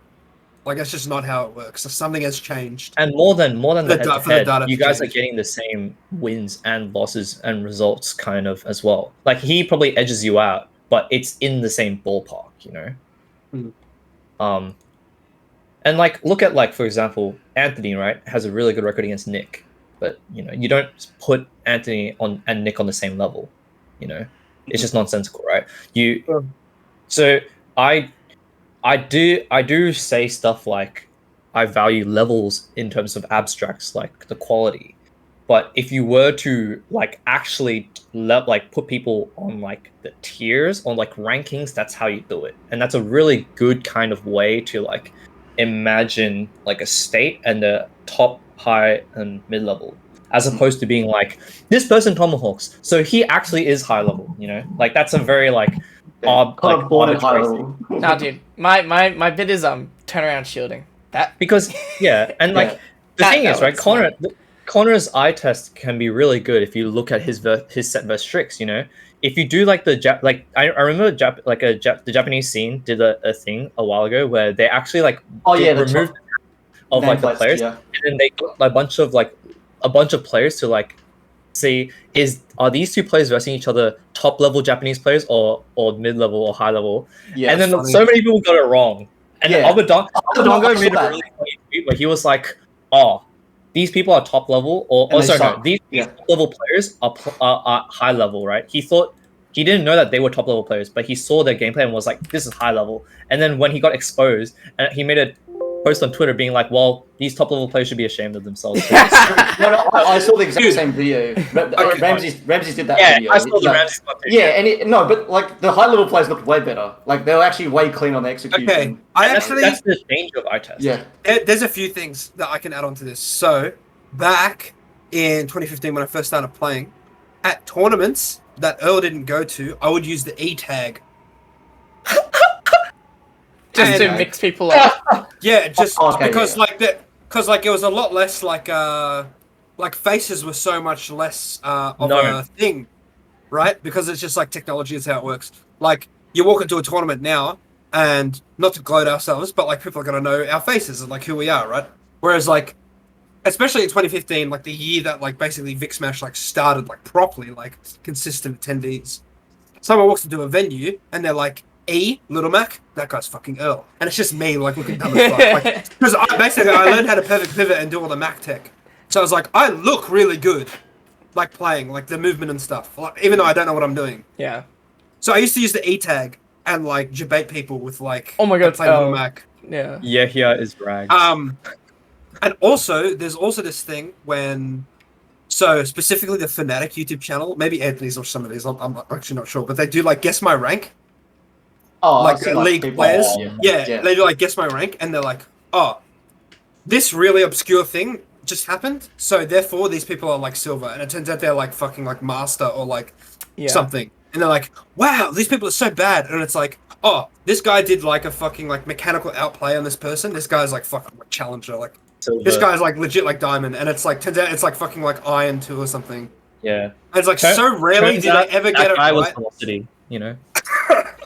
Exactly. Oh my god, dude! Velocity was the biggest eye test. Actually, just show him Cooper Dragier versus Revax. That single thing. Yeah, don't show anything else. You'd actually think he was literally the best player in the country. Dude, drag down up air, jab block, reset. Oh it's in his clip. Dude, Velocity was the biggest anomaly. Like, I beat this guy, but I'm like not the better player. Velocity was like, basically, he like capped out his hours on like Wii U, of like from like labbing stuff. He was a Greninja player, right? And Revax, who wasn't as good as he was at his peak, but still like a top 10 player in the state. Wait, very, very good. Wait. What? Velocity at his Revax. Peak? Revax. Okay. No, I know it, but you said Revax wasn't as good as someone at his peak. He wasn't. He wasn't as Revax at his peak. Yeah, still, he was a top 2. Yeah. He was a top 2 in the state, but he was still very good. Yeah, these two playing a crew battle. I'm like, dude. I'm on Cooper's crew battle, like Velocity's crew battle. I'm like, It's so over. Like, we actually can't win from this position. It's completely lost. It's only me. It's only us two, and it's Revax, Dens, and Dilbert. It's like, it's not possible. It's like 6 versus 9. It's not possible to do. Yep. But And then, this guy beats Revax like 3 stocks versus 3 stocks. And ended it with like the sickest fuck combo like that you've ever seen in your life. And it's like, why did this guy just like whip this out? Like, he's just the greatest player of all time. It's literally like when Jabs like fucking hit that combo on Marcel. I was like, is this guy, like Chunky Kong, dude? Like, what are you talking about? Like, it's actually cracked. Jabs at the Pixel Crew battle. dude, Yeah, he literally. took 6 stocks without losing one, beating Dan and Jack Gorman. 8 stocks. Oh yeah, and he took 8 stocks total. It's like he becomes the best player of all time. Holy shit. When his He friends had- need him the most. Every dog has their day. Well, I suppose then you can't really Ernest, like, probably. you can't actually determine like people's like skill level from just like a small like micro like sample like interaction. You can't. You have to actually like need do like data. you need games upon games. It seems like This is 'Cause- why, like, this is the eye test thing. Like, Yeah. it's just like, It's No, impossible. eye test, is You can look actually, at eye test is actually fake. You're telling me, and actually results are actually like the best Yes. indicator. well, the thing No, about eye no, test you're, is you're that, like, looking through absolutely. No, because we can see we've given so many examples of eye tests that are actually fake. yeah, like, I Have you can not watch Nick, like, the thing what I'm saying is that, like, I can watch Nick Gamer and I can tell you that he's not third in Queensland, obviously. Not to call out anyone specifically, but this guy sucks. But it doesn't matter because he's third in Queensland.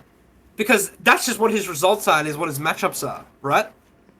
But obviously I look at fucking players in Queensland and I'm like, well, there's just this, and this, and this, and this player, and this player. So it's like, that's where eye test doesn't mean anything. I will say, The thing. sorry, real quick. There you go. Cruz and Pram are looking really good, like coming up. Been watching some sets, but yeah. Well done. Anyways, cool. back to the topic. So yeah, eye test is like the thing that you. It's not we're saying eye test is useless, right? You just it's just a one variable. But with any singular variable, you can't just look at this and be like, this is the be all and end all. It's you can't just look at results and be like, this is the be all and end all, because you can't, right? Yep. Like in reality, there are a lot of things at play, right? It's more the game is not that arbitrary or not that binary, you know. You have to look at a multiple like amount of things, and the reason why eye test fails a lot of the time is actually because of like it's like kind of like a conceited notion where it's like, oh, I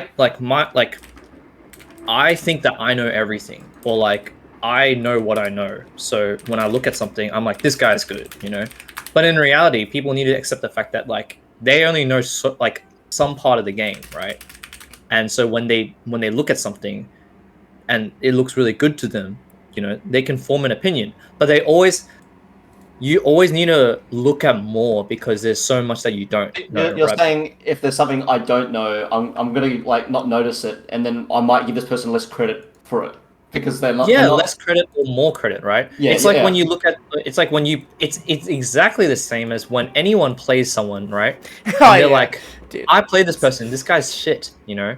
Like Jesmo does this whole bit where he like versus someone. Like the whole Risto chats like right? They all do this where they verse someone and they're like, I play this guy, this Yeah. guy's shit. And then like Ben's like, nah, just best player alive, you know?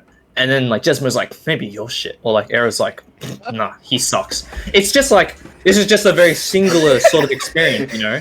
Fucking like It's you have to like the look first at 5 seconds you can tell they have it. Like yeah, when it's like fake. it's like if I like the only experience I had was like if I was like really stupid, right, and I played Pat, you know, and I like play him, and I'm like, I just don't think he has it, you know. But then he's like beating like so many people, right? Like what? I'm gonna choose to ignore that because I have like a positive head to head. That doesn't mean anything, right? Like it only means like a small part. Maybe it just means that he hates fucking versing Lucina, or like he just refuses to like think when he's off stage. Or something. It's actually the bit of like wow, how come whenever I play X player they're a god against me, but when they're fighting like some shitter or whatever, it's like actually true. actually impossible. Like they don't know how to But hold a actually controller. true. And that's why you need to look at the actually true. full sample. You know, you're like, No, but okay, actually and true. It's like why does Flow like impossible but, to hit? Why does the gamer die every Diddy down throw in? That's so. Yeah, why doesn't Flo just beat everyone in the state? It's true. Because maybe he's really good against you guys, but he Except Flo, fundamentally is not as. except it's a different scenario with Flo, and everyone in this fucking call knows it. This guy has nerves of a fucking jellyfish. This guy obviously freaks out whenever he plays players better than him, and he is the fucking best player in the state, uncontested. Get rid of the mental game. He's actually the best, and you all know it too. Definitely not. Yeah, you do. Definitely not. Yeah. Tell him, Anthony. I think Philip's up there actually. Who? What's guy's nerves still, bro? He's like, see, like, I don't know what his weakness is. He doesn't have one. What? IB fundamentally is really, really good. Yeah. It's no coincidence he's like a monster at like other games. It's also just so fucked that he has like everything going in life and he's like addicted to like gacha. It's so so wrong. good. It's so wrong with this world, Dude, I think it's like a political statement. I think someone said it at the Changle. I think it was like, I can't remember who it was, but they were like, dude, who's that guy playing like the porn game while watching Top 8? I was like, oh, that's Philip, mate. That's just Philip. That's fucking funny. And the thing you just have to realize is like, yeah, this game, Smash Ultimate, is the most high variance like game probably of all the Smash games. There's the most characters in all of Smash, and the most amount of bullshit, like good quality characters. It's like, I'll tangent a bit, but it's basically the same as Elden Ring, where Elden Ring's the first Soulsborne game that actually, by design, made more for the sake of more. Like, the game has really high quality stuff, right? But its whole purpose is that there's just a metric fuck ton of shit that you will never, on your first go, get like everything, right? Yeah. And it's like the whole trajectory with like the world where people just pump out more shit now, you know? And there's just more and more shit that's probably good quality.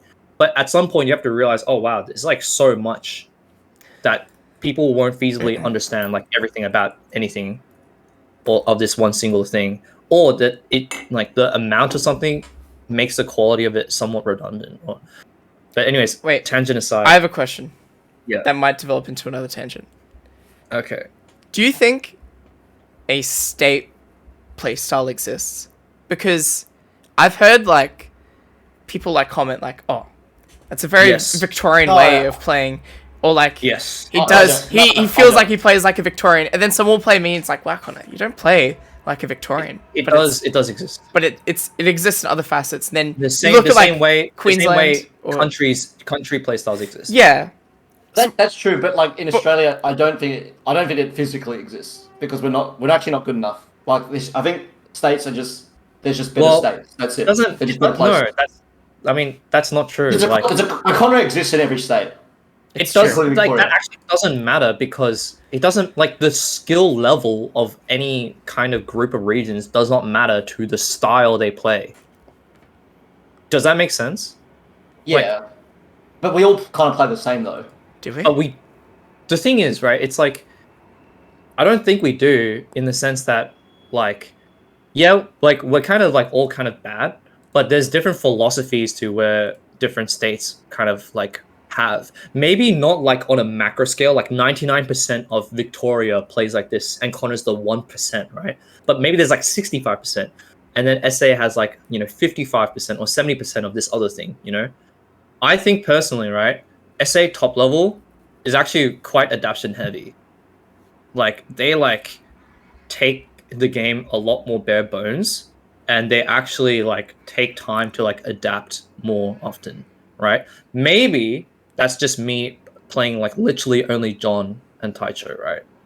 But I feel like it's probably because there's an element of like the guys playing like the older guys at the start of like Ultimate, right? Like play fucking like Josh and stuff like that, and they realize that he's just like a fucking freak and like he can like he's probably like really good on like some level where it's like, oh, I have to like make like huge changes to kind of like contest him, Or you look at like people like Q, right? Q's like pretty like bare bones solid, right? But he's like smart and he can play a whole bunch of different characters and he kind of picks everyone because maybe his option to adapting is instead of changing a playstyle, is changing a character, right? But there is like kind of a preference in ideals, or like there's like a difference, you know. And then you look at people like you look at Victoria, for example, or like even Queensland at this point, right? The kind of culture that it's being created is a bit of like counterpick. It's what Dags brought up. Actually.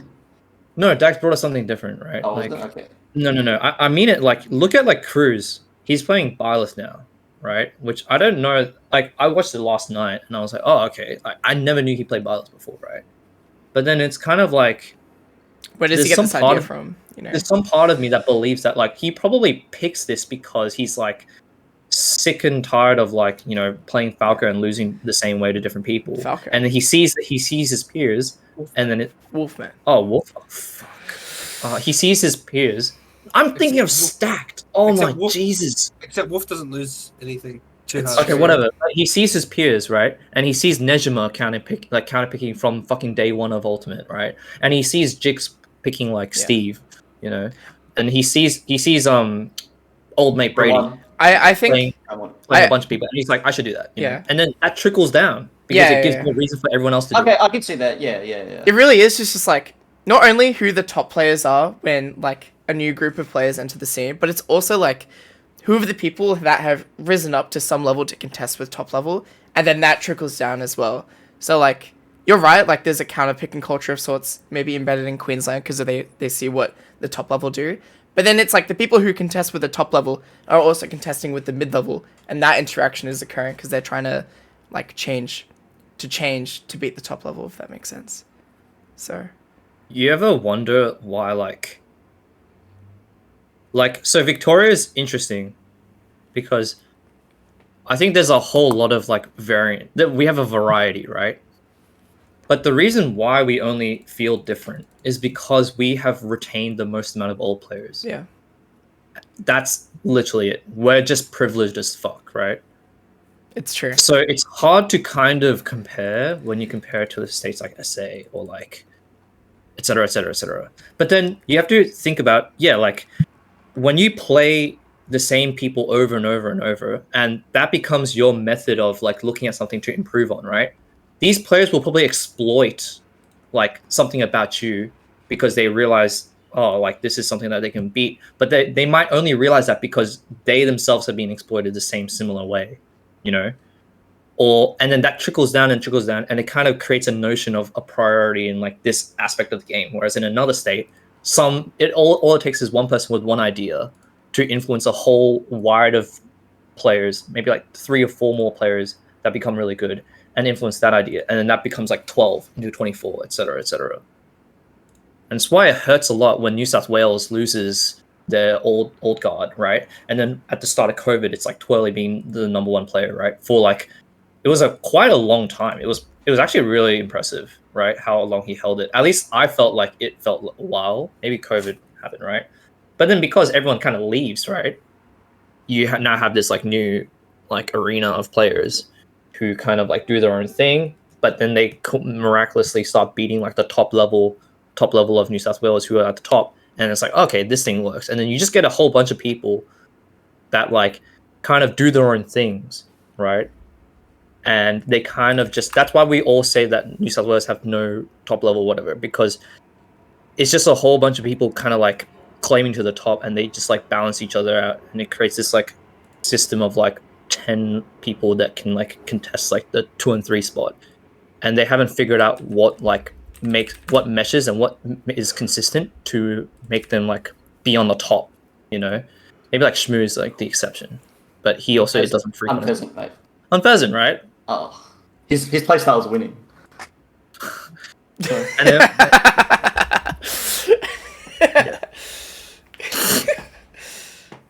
but like at some point you have to be like, oh, Jono probably has influenced like P9 to some extent, you know, and like people see P9 and they'd be like, I can do it with my low tier character, or like et cetera, et cetera. But yeah, I don't know, that's just my thoughts. I do think like playstyles definitely do like there is like a difference. Yeah, I you know what? I'll give it up. Yeah. All right, let's transition. Not bad. Transition. All right. Did you love it? Did you hate it? Shut the fuck up! I thought you got to transition twice. Oh my What would you god! rate it? Make something original, Connor. Sorry. Stop being a sponge.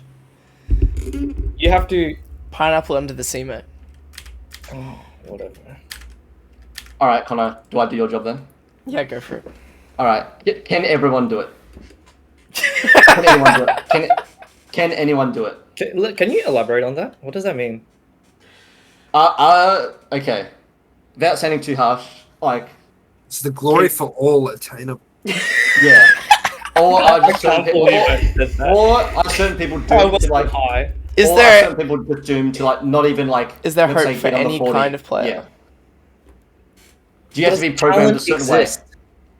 Can you be programmed? Okay, let's just What's say our you are- goals for them? Let's just say you are physically it fit worth because to okay, continue the let's grind? just say okay, obviously, players who've got like actual like physical disabilities like probably can't. They might have trouble achieving goals, but if you are physically fit and able to literally physically hold a controller, can anyone make the 40, for example? Can anyone make PR? Yeah, Do you wanna short get them answer. one? Or do you have to And be programmed a certain way? it's just come to my head. Is that everyone could do it, but not everyone will. It's true. You said physical disability, right? Yeah. Physically does not matter at all. It's actually mentally. I mean, it kind of I does. mean, definitely, if you have no, It actually does if you not literally have matter. if you literally have no arms, you literally cannot play this game. And also, like, The fucking extreme, And also- like That's not extreme extreme, to that's create not an extreme. example. That- That that's is an actually not extreme. and Yeah, also, but well, you could there is a have, like- Smash player in Australia with no arms. Yeah, they play with their feet, mate. Yeah, they play with their feet. And they probably could make the 40. They probably beat you, Anthony. I think they were very good, based off my. Like My eye test. when there's a game that's like decision based focused. But physically, It's also mentally. like, but also mechanically, you have to be able to play the game to an extent. Like, these things aren't And completely easy to do. the bar is incredibly low. That's just you. That's just you. You're like top playering out. Like, there are yeah, for definitely you, people who are yeah. like, oh, I can't do this like part of the game, or whatever. Like for me in Smash 4, I couldn't perfect pivot to the right, like at all. Literally could not input it into my brain. It wouldn't stop you from being. But I'm just saying that if I could perfect pivot to the right, I would have been a better player. To the point where it might have bumped me up like a few times. Like that is legit though. Complete load of shit. What do you mean? Obviously, missing tech like that is like, it matters. Perfect pivot to the right. Yeah, I couldn't do it. My ledge trapping, if you're on the left ledge, you'd be fucking Maybe done. if you like, I couldn't. Okay, I know you this have is to think specific. about how many characters This is there are. You have to think character about how many choices you can make in a This game. is character that specific, but influence I the couldn't game do. to I couldn't elevate. do show you input if I was on the left. If I was on the right of you either. Oh, shoot. Then don't play So Ryu. my Ryu, well, that's what I'm saying. But my Ryu on the left side, actually like top 1 in the country. But you actually stay on the left side of my Ryu, and I actually Seems like an eye test kind of deal. eye test, mate. Fucking has my. I think my Ryu on the left side has never lost a set. Anyways, I think if you're trying to like use like extremes to to make a point, it's pretty dumb because it No, doesn't- no, I'm just trying to get the extremes out of the way. but they actually don't mean anything. Okay. Right. Like maybe if you had all your limbs cut off, right? I'm sorry. Well, sure, right? Like Yeah. probably shouldn't play Smash Bros. Then, right? But for the most part, like majority of people, right? Like physically, like your physical capabilities do not matter. All right. So Like if you reaction, it's the reaction time bullshit. What if you can't afford a Reaction controller time and does then you not have to use Joy at Cons, all, and so you're right? TEing out and like you can't mash out a DK? Bro, Grabbing Joy them Cons from you. could fucking get PR. Like it could, it's just like it actually doesn't matter. Like Luke, if you man. genuinely believe this, that like it does matter, then your understanding or your scope is actually way more limited than I thought. You know? All right, Ernest, I'm going to present an example, not an actual example, but like let's There are just say people there's in some- sports professions that have different body types that can get to the top. You know, like if someone they can do that, then in a Smash game, you like it actually doesn't matter. if someone's been grinding, let's say 4 hours a day for 3 years, and they cannot make top 40 in the state.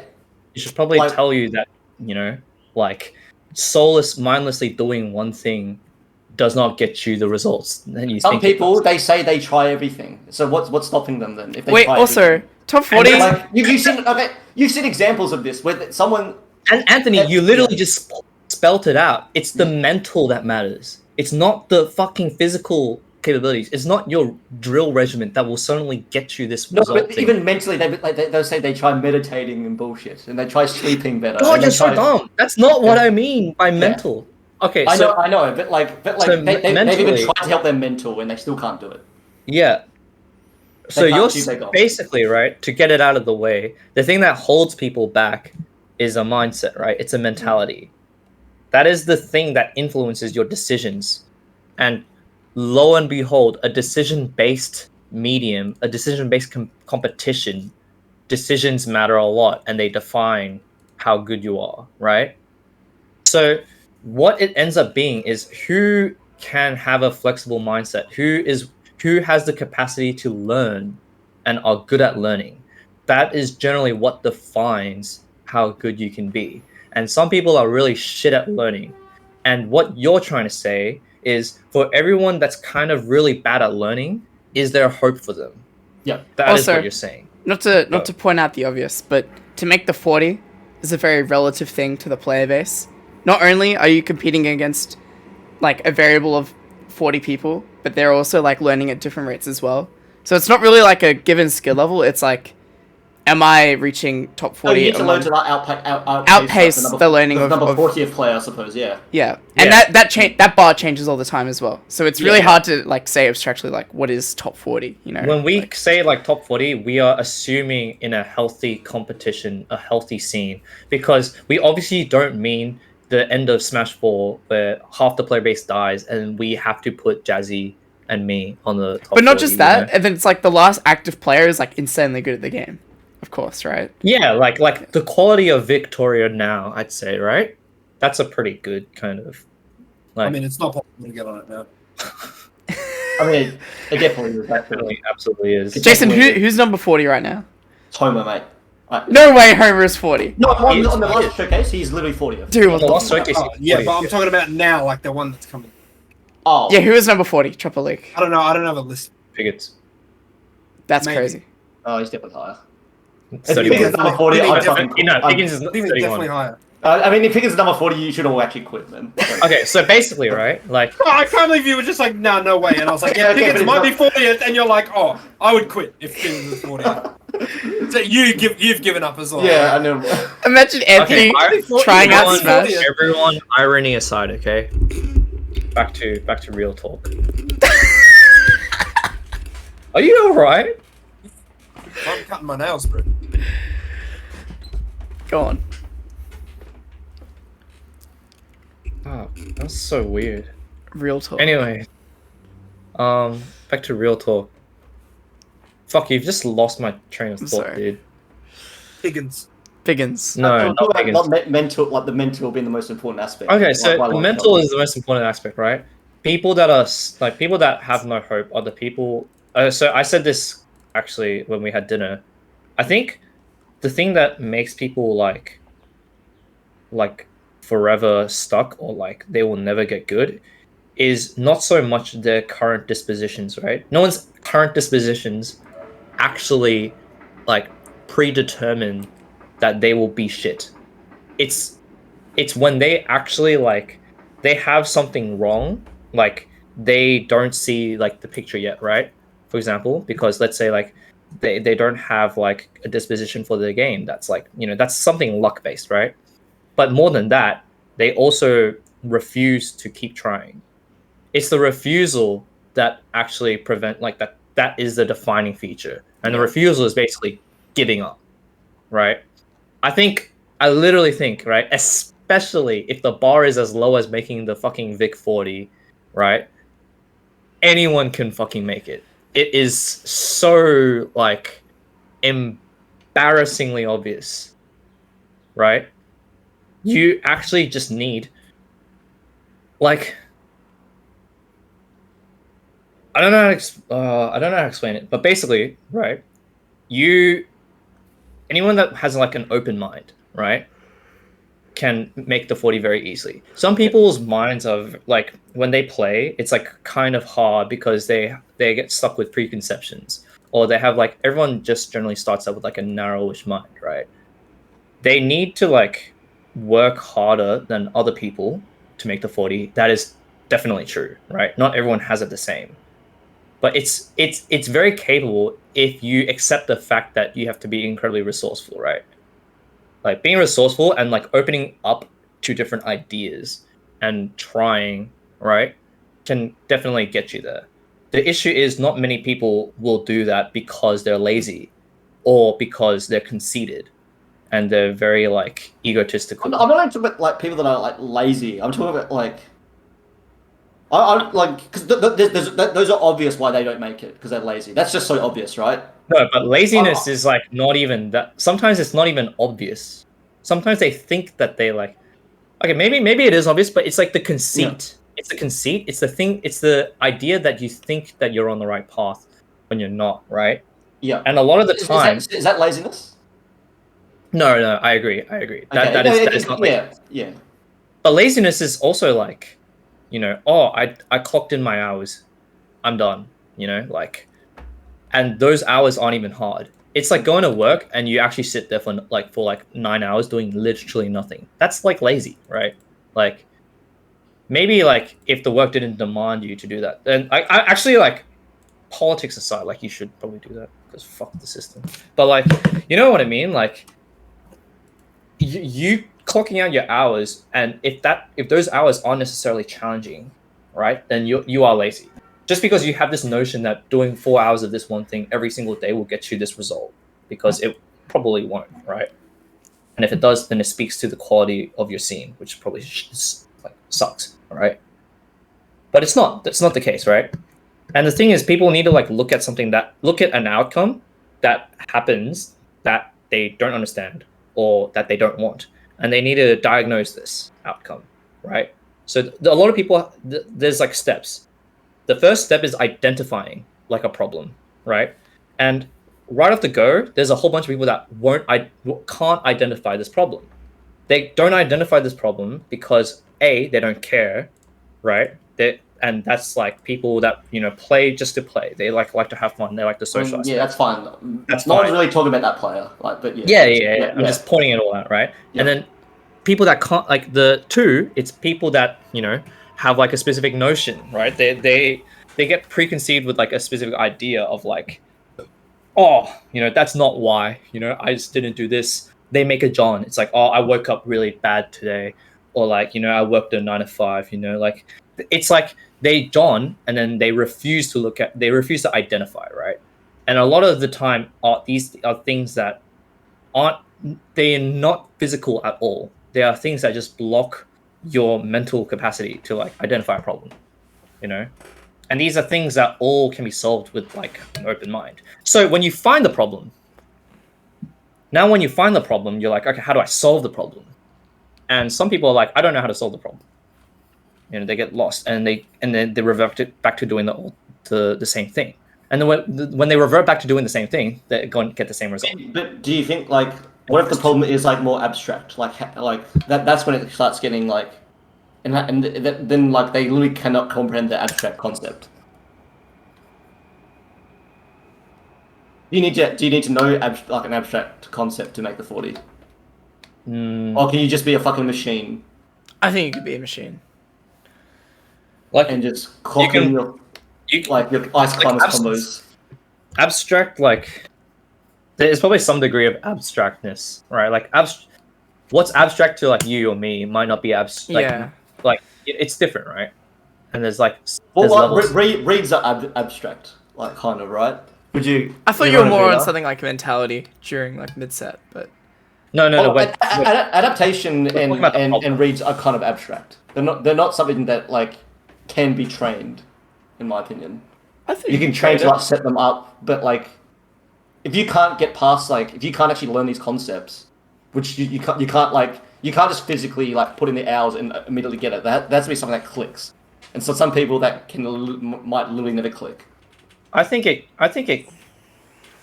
And this is Well, this is the contentious part. Or This is it'll this is take, the or single click, contentious yeah, part. it'll right? take so long to click. Yeah, but yeah, you go on. I think I think you So- don't even need that it to click to make like the 40.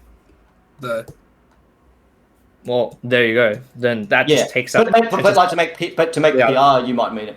Oh to well, click. to make all that's The thing is, I think you do need to. that's two separate answers. Like, Yeah. no, not everyone can make the PR.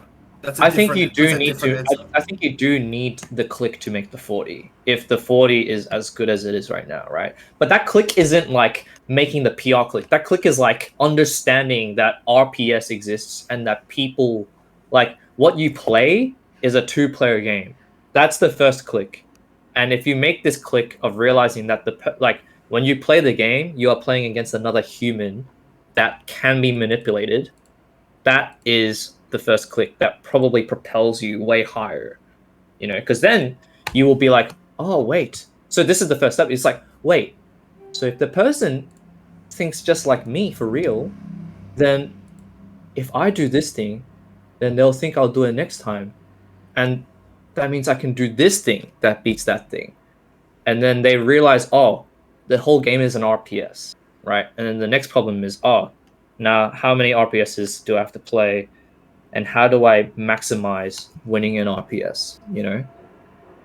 And these are all things that can be like, it's definitely not like unsolvable for anyone in the world. Like, I think people can understand these things, you know? Like, there might be You someone... make it sound so simple. So it's not simple. Like, when you start out, it's not simple at all. It's Yep. really abstract. It's really hard, right? But I think like there's so much information nowadays about like a fighting game and what a fighting game is. Like someone very basically can understand that like the game that you play, right, is an RPS, right? At the most foundational level, they understand it's an RPS, right? Like my mom knows that Smash is an RPS, basically, right? Okay. Okay. Anyways, sorry. My mum definitely doesn't, but like, yeah. My mum Okay, just is so- Mario, mate. Okay, so even, let's take it back. This person's like, I want to get good, and so how are they good at something they don't even understand? They look at resources to understand this thing that they want to get good at. This is like a logical step, right? Yep. I think most people will do this. Yes. And so yes. when they find out more about the game, Yep. right? Then Your mum make the 40? for sure, easy peasy. No Like, chance, dude. second best human in the world, dude. No Like, fucking way. yeah, no, easily. No. She'd Gate figure out. kids. No chance.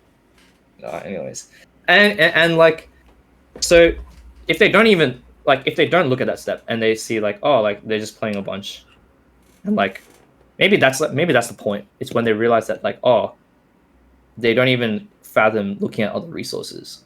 If maybe like if they can't fathom that, then they probably can't make the 40.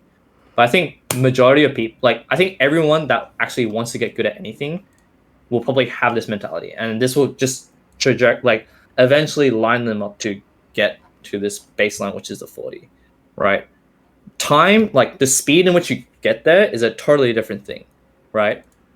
But for the most part, all you need to do is have the idea of like looking at a result, seeing if it's like good or bad, and then changing if it's bad. And that generally, like, yeah. It's true. Monkey on Like, a typewriter.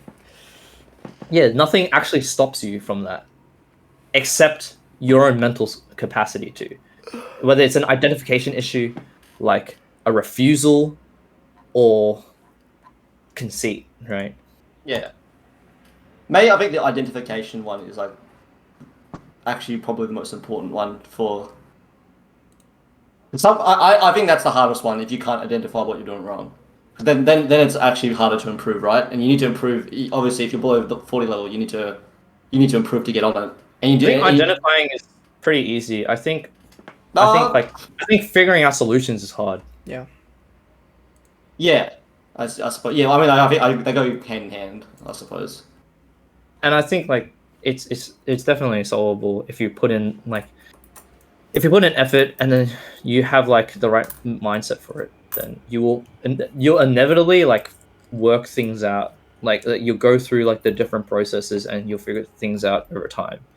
Especially when you realize how volatile a game like Smash is, it's like not just for you but for the opponent. Like mistakes can lead to really bad things, and like they don't like it's a lot of it is luck, right? Like it's luck and probabilities. So yeah, I don't know. Like it's just yeah. Yeah.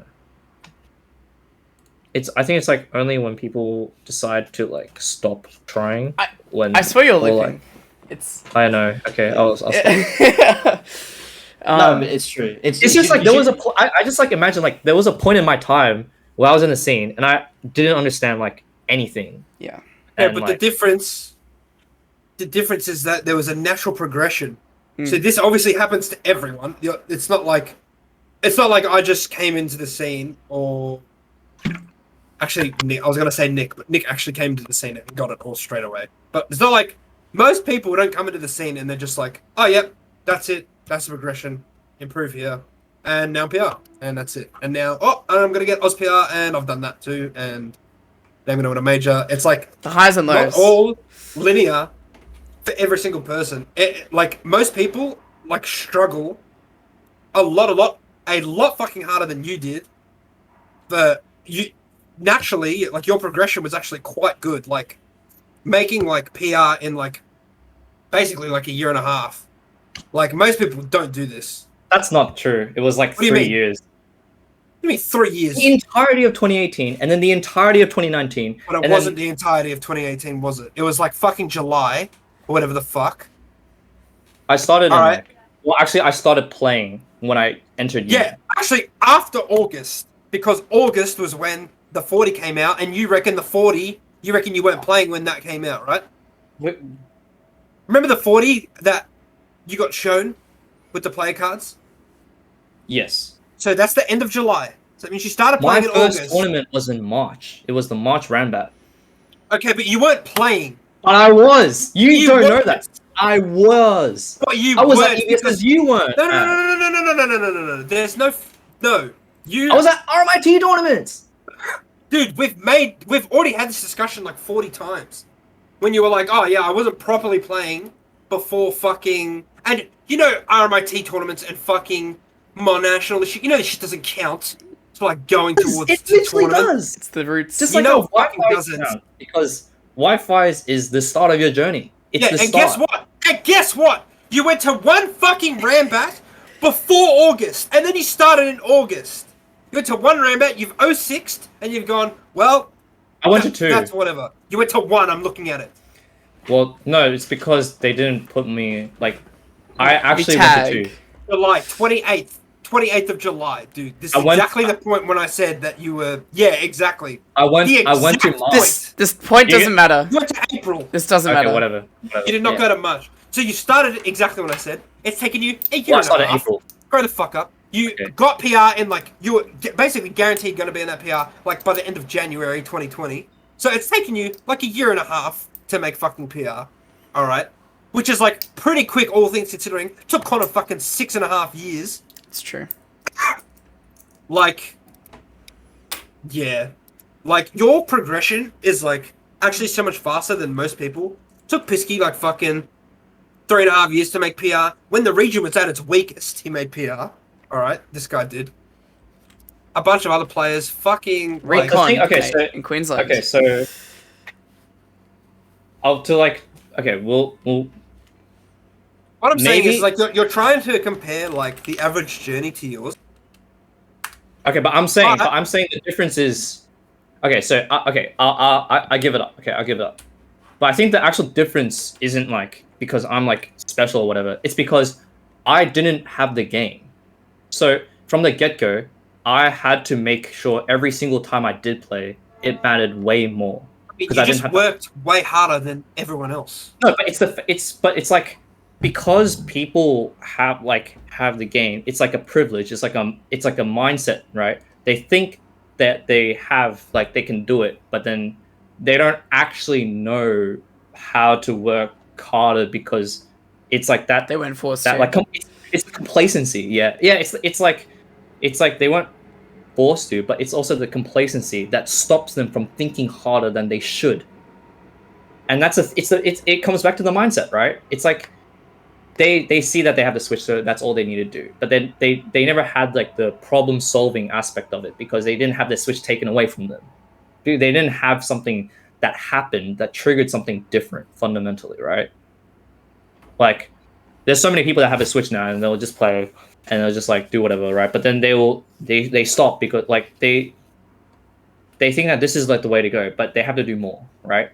But it's not because that they're dumb. It's because they just haven't had that moment. Like, they haven't had anyone to really tell them to do more. Or when someone does tell them to do more, they say, fuck you. Or they say, nah, I'm good. Or, I think this is the way to go, There's nothing different. It's just experiences, right? And people luck happens to everyone, right? It's just about who takes that opportunity and actually considers it to its fullest value. Does that make sense? Yeah. So like, yeah, like it's like why like I bring the iPad back.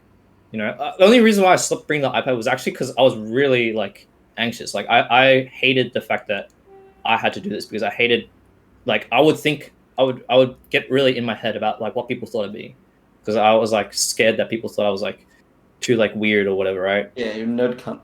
Yeah, like people like you basically. Yeah, exactly. But like that shit away. They like, it's just that like I thought this would be like more normal, like people that actually genuinely cared would go out of their way to do these things, but they don't. And they don't because they're complacent. They don't because they're lazy, right? And there's nothing stopping. Some people do save every single one of their replays. Some people do, right? And then nothing comes from it. Shut up, dude. What? That's such a dumb statement. What do you mean? It's just a dumb statement. Nothing comes from it. Well, or like very little like will come from it. Anything will come from anything. It's like, no matter how like diminishing the effort is, it's still like some kind of value. Like, no, like Anthony, like you do have a point, right? Like you do have a point. Some people do the means, like the correct means of doing things, but they don't actually understand what the means, like what you have to do with it. They follow right? like what the top players did, and they it's like it's like why aren't I like this and that, right? Yeah. But like, okay, so like like people do look at like VODs and shit, but then it's like, I think that it's like they don't ask themselves like harder questions than just that. Like, man, I'm depressed. Like, I don't know. No, it's fine. I think what you've said has been like actually quite inspirational or like quite uplifting for people.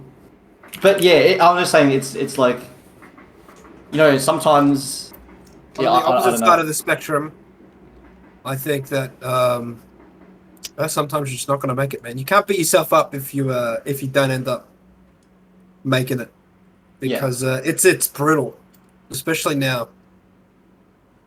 With that being said, it is piss easy, and if you don't do it, you should be like ashamed of yourself. So. No, I think it just takes time, and the 40 is very contextual as well. So.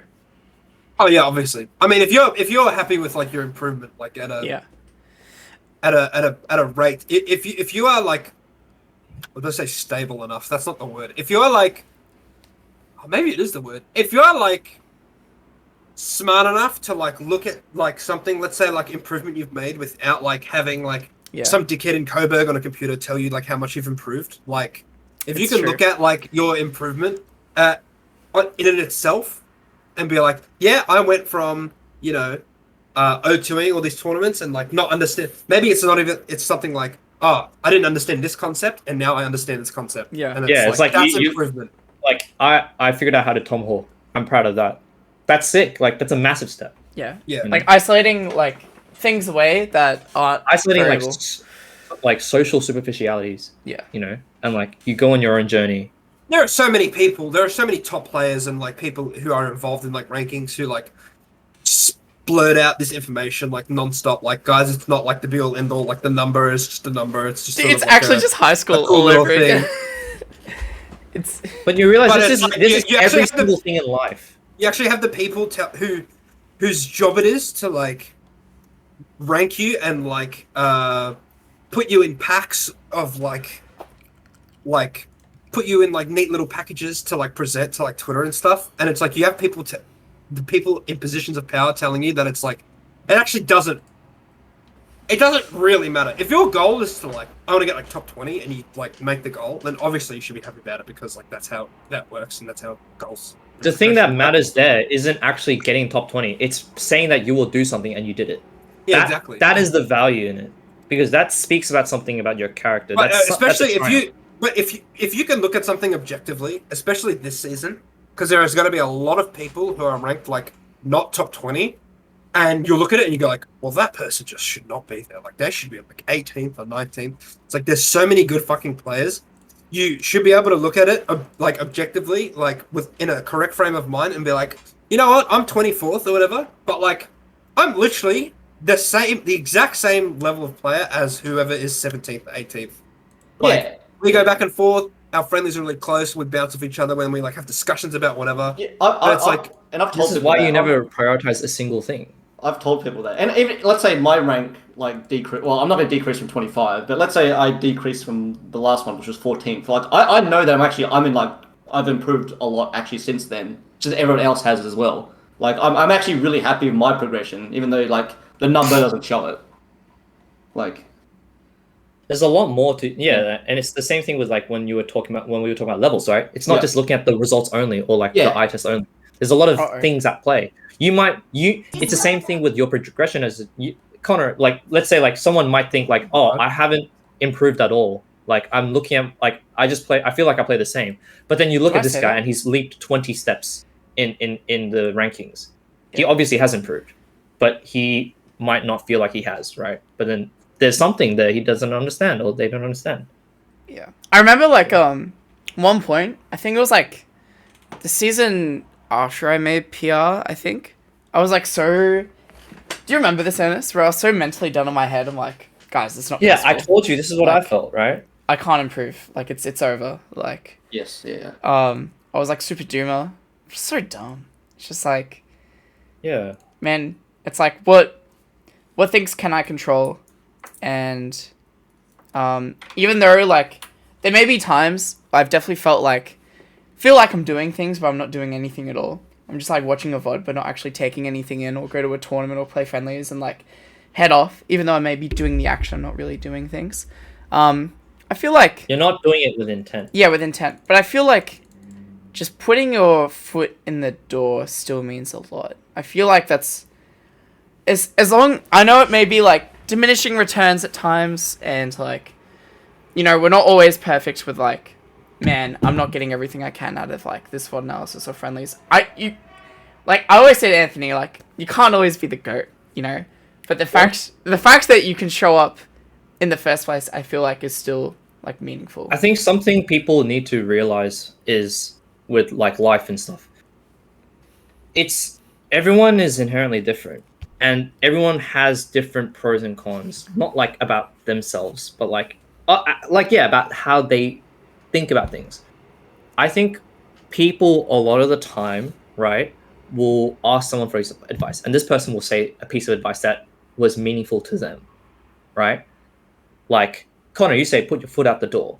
You know that speaks value to you because you have your own problems where you struggle to start shit. You struggle for this, and that, right? I resonate a lot with putting a foot out the door because I don't feel like I do it enough.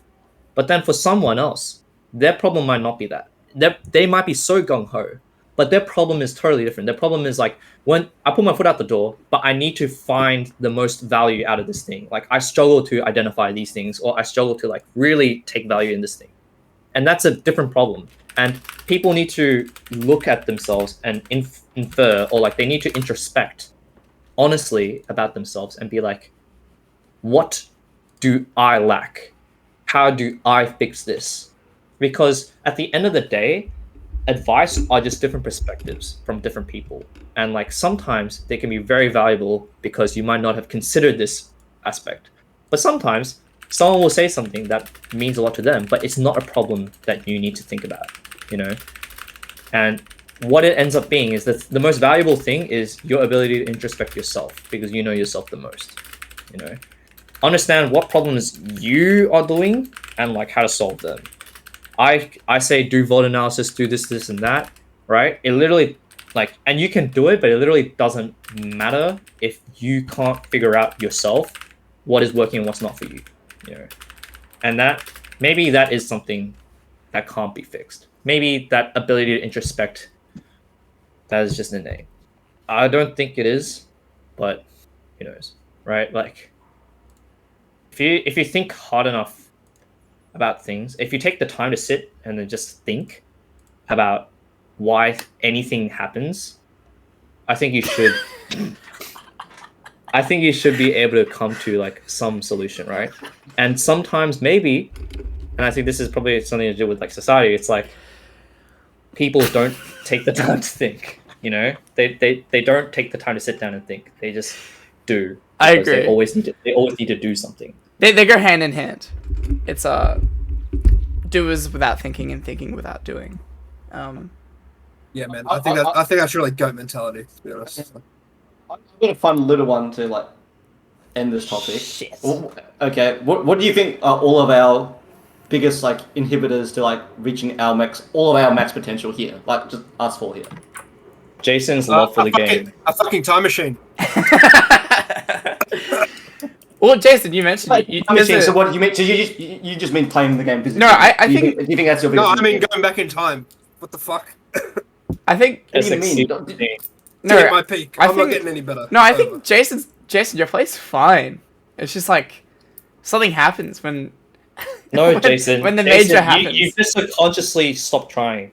It's true, Literally, actually. you literally just stop trying because you hate this fucking game. No, I think I just want to fucking end it. It's the same thing. It's such a bad visual.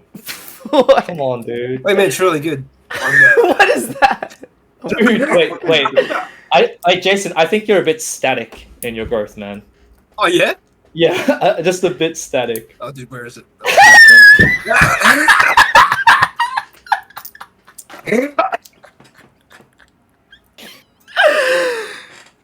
Oh man. You know what's really funny? Where is it? Little Gurgur's coming. EP. Poo-poo. Oh, that needs to go. That needs to go. Fuck that Man. shit. I hate the pee pee poo poo. Nah, you're coping. Like, what are Connor's biggest inhibitors? No, I think Jason like dude, if you just tried, man, that's Well, I it. feel like Jason's more simpler because this guy's like he's peaked quite high, so he could probably just replicate what he did. Jason is like the old dad that's like, oh, Yeah. I was good. Now I just got a broken back. You know? Yeah. He's like, Fucking. But what if I want glory? Why can't What? What's going to inhibit Hey. it? What's going to inhibit me? why Is it don't gonna you be- ask this question? Why don't you answer it yourself, buddy? Ooh. I don't know. Sometimes I don't know. That's scary, right? The thing is, I don't know if it's like- 'cause like- I know. I know you. But Yeah, you never I don't know listen. if it's sometimes because I hear other people say certain different Shush, things, man. right? I hear people say it's like Shush, I don't drill certain concepts in my head and I don't implement them. Or some people say it's like purely mental. Some people think I just have like the trashiest mental, and then that will hold me back. I'll boom after every fucking tournament. Well, what do you think actually is though? What do you think? That's is scary. The next biggest block. Yeah, what's your biggest wooden blank that you think is like blocking you from? He's actually going through I don't know. I don't know. I'm trying to think. Like, 'cause I'm not I happy think with you just my need to progression. win a few. I think you just need to win a few. Few more temples. I'm happy. No, because the thing is, okay, I'll say I'm happy with my progression. This is like, the temple, man. as a player, but I don't know, like, let's just say this progression stops. I don't know where I go from there, essentially. Like, I don't know what the next, like, if I'm going to be able to figure it out. I mean, like, wouldn't that become obvious when it does stop? Because then you'll see what you lack when you're not continuing, right? Yeah, I don't know, but it's hard. I think maybe it's a mental thing for me. Anthony, do you ever like? I like kind of look at these players. Like you saw this earlier in the year. I was playing friendlies with like Tricks and Bin. I'm like, fuck, I'm just never gonna be there. And like that's probably I've like kind of gate kept myself already. It's true. You definitely flow out. Like Does that- sometimes the way you okay, every time I play you, it always feels like the way so the game communicates, right? Like your play, your decisions you make translate something about you as a person, right? Oh, yeah. A lot of the time, It's what the ends up fiction tweet. no, but what ends up happening, like, sure, right? Yeah. What ends up happening is you start doing things that don't need to be done. Like, the only reason why you do it is because you're like, what if he does this? You say the what if, but there is no context behind it. So what that says is you're afraid. You're afraid of, like, a specific outcome that beats your option. So what actually you end up doing is we play rock, paper, scissors. And then, like, whatever happens, you are like, this is the reasoning that goes through your head. You're like, I'm gonna pick scissors because I'm gonna go for it. But then the moment we do 1, 2, 3, you're like, oh my god, he's gonna read that I'm gonna do scissors, so he's gonna do rock, so I'm gonna do paper instead. You know? So that's And then that's a mental thing. Yeah. Yeah. Yeah, it is. But then you have to ask yourself, right? And then it stops working, right? This is the thing. It stops working, and then you have to ask yourself, why did I do that? Yeah. Right? And then you should come to the conclusion you did that because you're afraid, But right? but you think I'm physically capable of like fixing this though, right? Yes, because all you need to do, Yeah. this is what ends up happening. There's a flaw in your priority of things, right? Like the priority of your the way you value things, especially risk reward, right? You have to stop and be like, okay, what actually is happening is he's just doing scissors. So I'm just gonna do rock. And even if, like, I know the counterplay to rock. I know the counterplay to rock is paper, right? But I'm gonna do it anyways because this is what he is presenting me. And this is the context that's happened, and this is the data that's happened, and I just need to trust in that.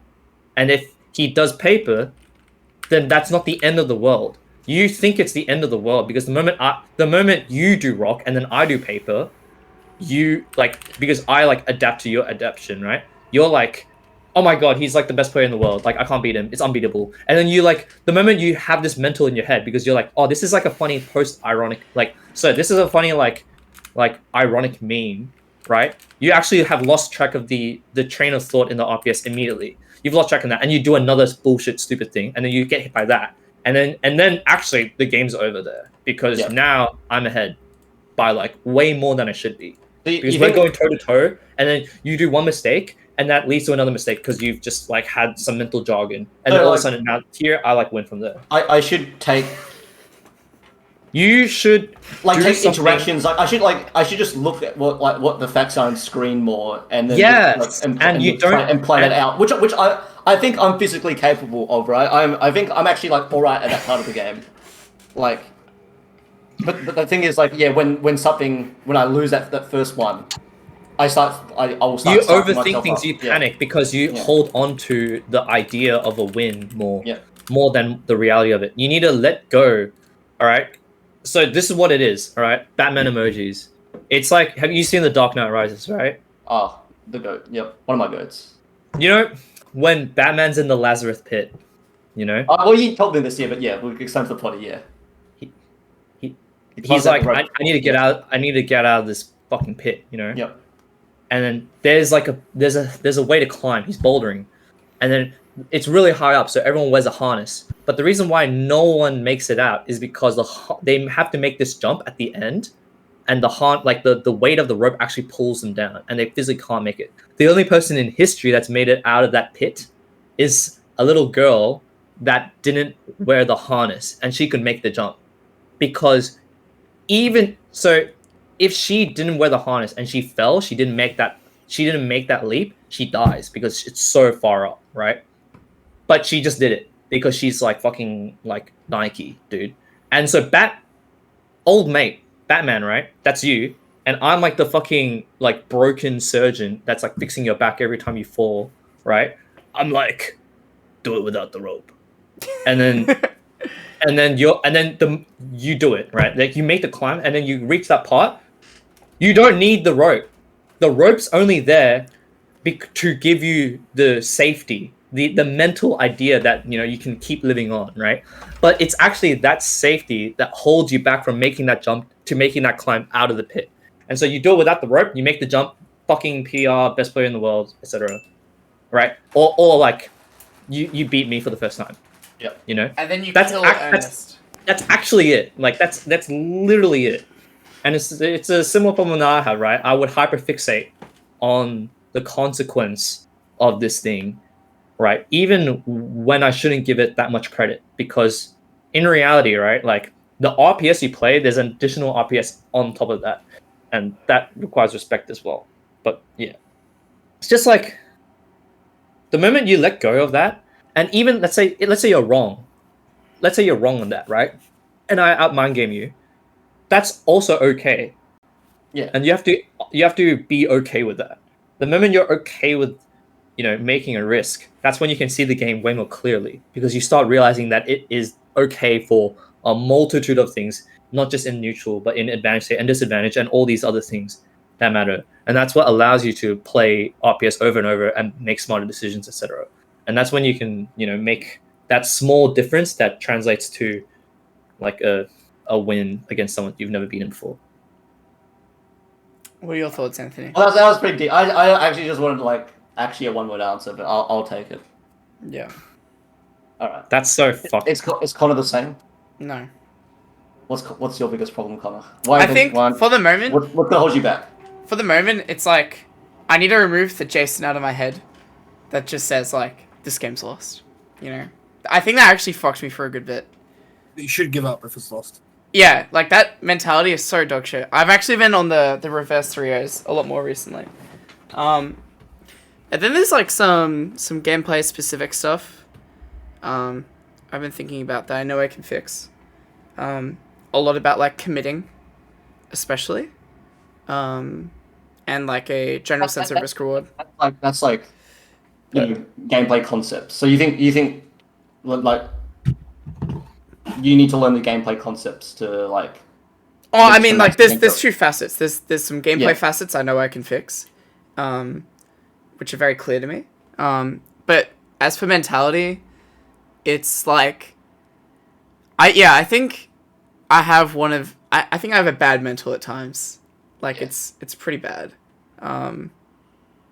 Or just like getting like annoyed at certain things. I think I removed it quite a lot now. But I used to have this thing of like, this is how the game should be played in my mind. And I'm like, but I should be taking it for what it is rather than what I think it should be. A really good example, it was like a set against Mick 15, where I'm like, I can punish Cloud back air.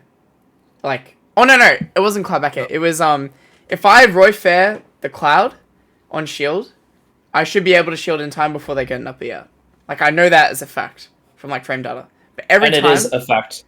Every time I Roy Fair the shield, I get upbeat. And I'm like, alright, well, something's wrong here. This is stupid. Am I like misinputting? Like, whatever, right? So I keep doing it because I know it should be working. But really, like, that shouldn't matter at all. What matters is I'm currently doing the fair in a way that it gets punished. And therefore I should not be doing this fair. And that's all it should be. Like, I should be seeing the game for what it is, not what it ought to be. If that makes sense. So I think that was a really cool revelation I had. Alternatively, at the moment, it's like... I think before you had some execution problems, but like that's pretty like... I mean, you just play that solved shit out. right now. Yeah, but some people could just be execution. I think this game is like not hard though. Like at the moment... What? Did you just say? What? Executionally, he means. This is the hardest game to fucking play because this game, like, the controls fight. The game fights you. It fights you.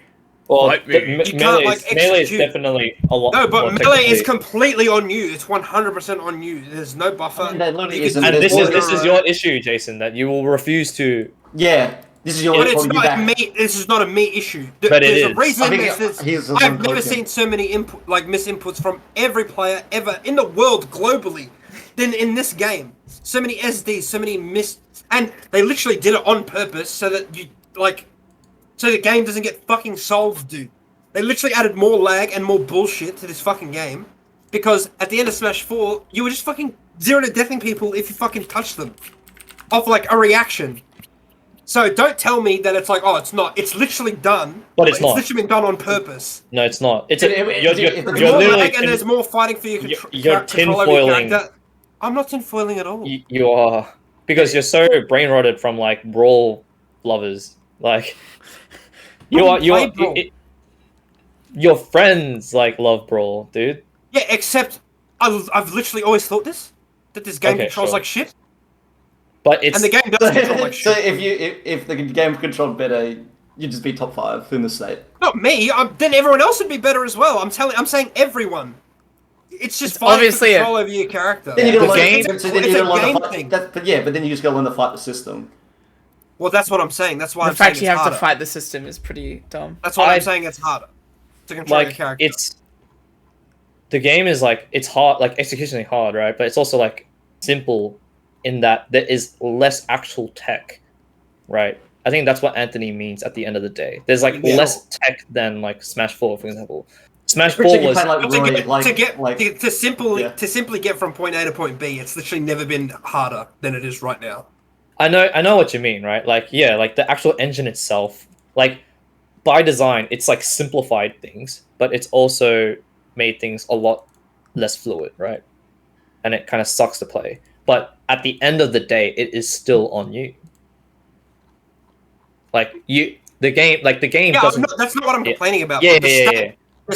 I'm fully aware of that. I've come to terms with that. But the statement on this game is easy to control that Anthony made is fake as fuck. The game is fucking hard to Sure. control. The game has like less amount of Fluidity. technical options, you know, than like other stuff. Is what he means. So what was the original point, Anthony? Sorry. I was just talking about, like, I think Connor used to have executional problems, but like it's Missing not Jasmine. really a thing anymore.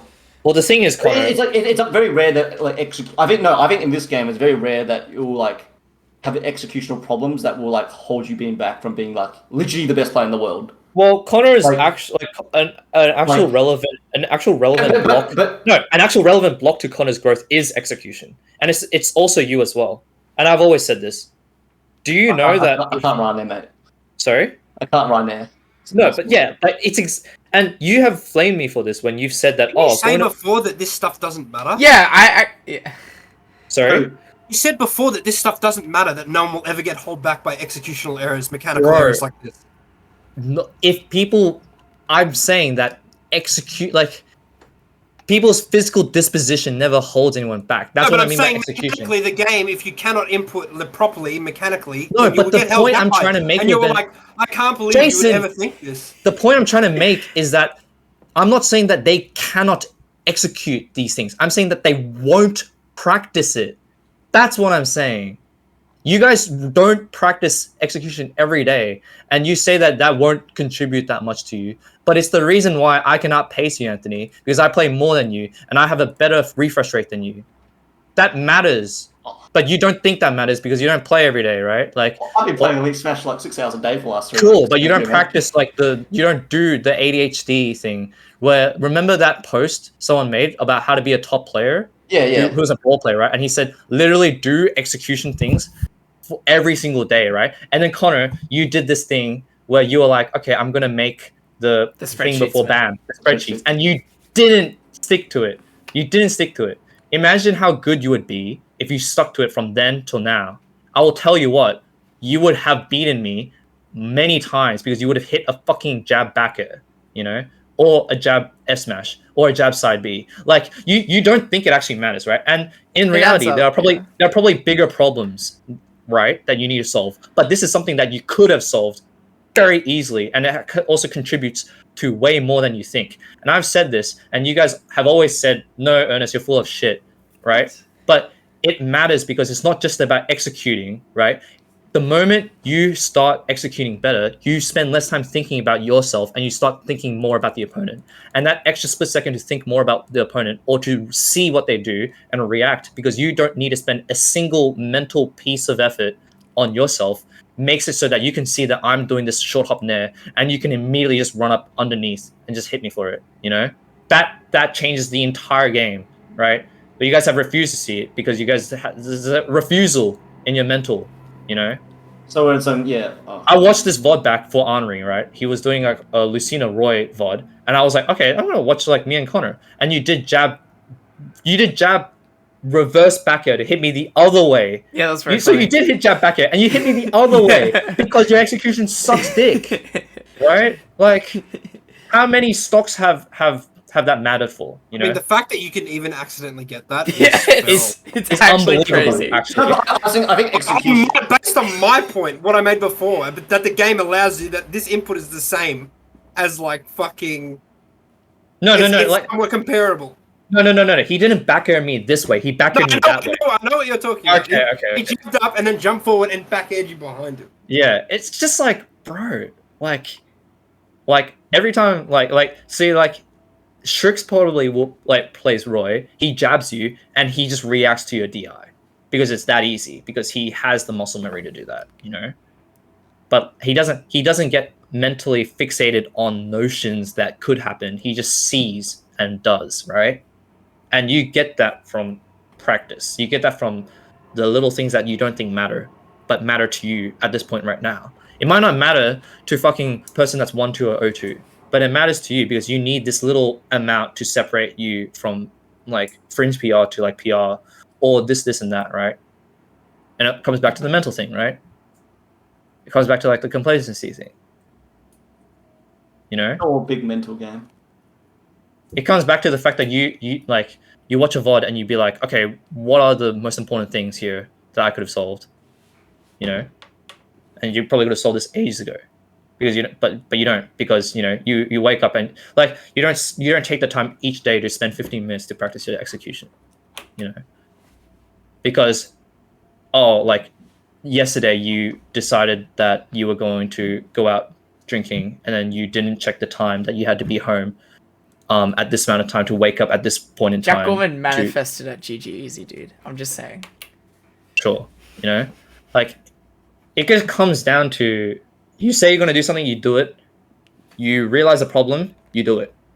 And you care enough about something, you put this over this on the priority list. And you stay honest with yourself. And if you're not honest with yourself, or you don't have consistency in your actions with what you want, then it's not just Smash that you're going to fail at. Or you're going to find holes in everything else, you know? Yeah. And I mean, that's the human struggle, really. It's that interlinking between wanting and doing, so... outside of Smash even. Well, it's very easily solved if you've listened to enough people tell you to do something. All you need to do is really just trust, you know? Like, you know for a fact that humans are, like, habitual, right? So the moment you have a conflict between needing to do something and wanting to do something, you know how to solve that. You make it a habit, and then you prioritize nurturing the habit to the point where you don't even need to think about it anymore, like brushing your teeth every day, you know? But yeah, like, there's your problem. There you go. Should get on the spreadsheets, Matt. You know why, like, Radio's a freak? It's because he fucking is, like... He has done the execution stuff, like, so much. And I'm gonna, like... People definitely doubted him, calling him like a one trick or whatever, or like mindless like bot or whatever in some aspects and stuff, right? But the thing that's so good about him and why if he keeps going, will just easily be OzPR, right? And like in the future, is because he never saw one way to play and be like, all right, that's all I need to do. He's always done. This is like how I do this thing, and then he's always adjusted it with. I know that I hit this point, I'm going to have to do something else. And that's why he focuses on neutral now. But then when he when he focuses on neutral, he doesn't focus on the tech skill and all that shit anymore. He just focuses on like just trying to like play this aspect of the game and not prioritize it. And then the moment where he realizes, okay, I've made significant process in this area. Okay, I need to add tech skill back because now I could have won sets that I lost with this execution that I had like a few months ago. And guess what? He knows how to do it. All he has to do is just put it back, boom, boom, and then he has like two things at once. That's just really strong. And and that's like, it's so easy then. And now he just does freakish fucking like falling Rob up air bullshit into like on reaction, just like know which way you get sent in, and then just like confirms off that and stuff like that, And someone might be like, oh, that's not important, or someone might be like, oh, like, you don't need that to be like this good and stuff like that. But it's just that open-mindedness, that optimism, understanding that your character can do something, right? Or like that you can do something, or the limitations and like the possibilities, and not being held down by any social perceptions of these things, and also not being held down by your complacency, and that's how you get really good. Like it's like that open-mindedness, that optimism, and that discipline. And like it's no coincidence that he was really good at Rocket League as well. Like this person probably knows how to get good at things. He just has to do it. I mean, he wouldn't beat Sifo at Rocket League though. It's true. Probably not, because Sifo is a freak. But Sifo is also really good at things too. Freak Dark Souls player, actually. You freak everything, man. Sifo is actually like the ultimate, the human embodiment of like everything you disagree with. He actually doesn't like practice or do anything, and he actually is just like the best at everything. Well, it's actually like he is a lucky guy. It's actually imagine you remember how you were like, yeah, I hate everything about the game. It was like, he's just DLC or whatever. Now imagine you have a guy who like does that, except he actually doesn't even cheap it. He actually just doesn't do any work. He's just like the best. Lucky guy. Lucky guy. Hey, for every good thing in this earth, God makes a bad thing to test you. To test your ideologies, and I guess that's it for Helen. I don't know. All the gods right there. Even then, Sifo is like, Sifo is able to see something for what it is and just be like, all right, this is this, this is that. Cool, I'm done. Sorry for ranting over and over. I think we should call it. Dude, how is it already 2:00? What do you mean already 2:00? We took a shit. Oh, are we going to do outros, by the way? Are you going to end the potty? Connor, he's going to stretch. Have we ended it already? No, I haven't. All right. Fuck up and end it. Man, I've gone blank. Outro. Man, thanks for watching. Thanks for listening or watching, whatever platform you're on. Sorry for the longest podcast ever. I think this is the longest. 2 hours 30. 3 hours, right? No. Pretty crazy. 30. You can expect more content like this in the future if you follow us. There are socials below. My Beeman is Ernest Lamb. Connor owes me $40. Don't think he... Apparently Anthony owes Connor 70. No, I owe Seb. Oh, Seb, yeah. Oh my god. Oh my god. Alright, Twitter's at Dumb4Real. Check us out on Spotify, YouTube. See ya. All that stuff. Okay. Bye. Dab, dab, dab.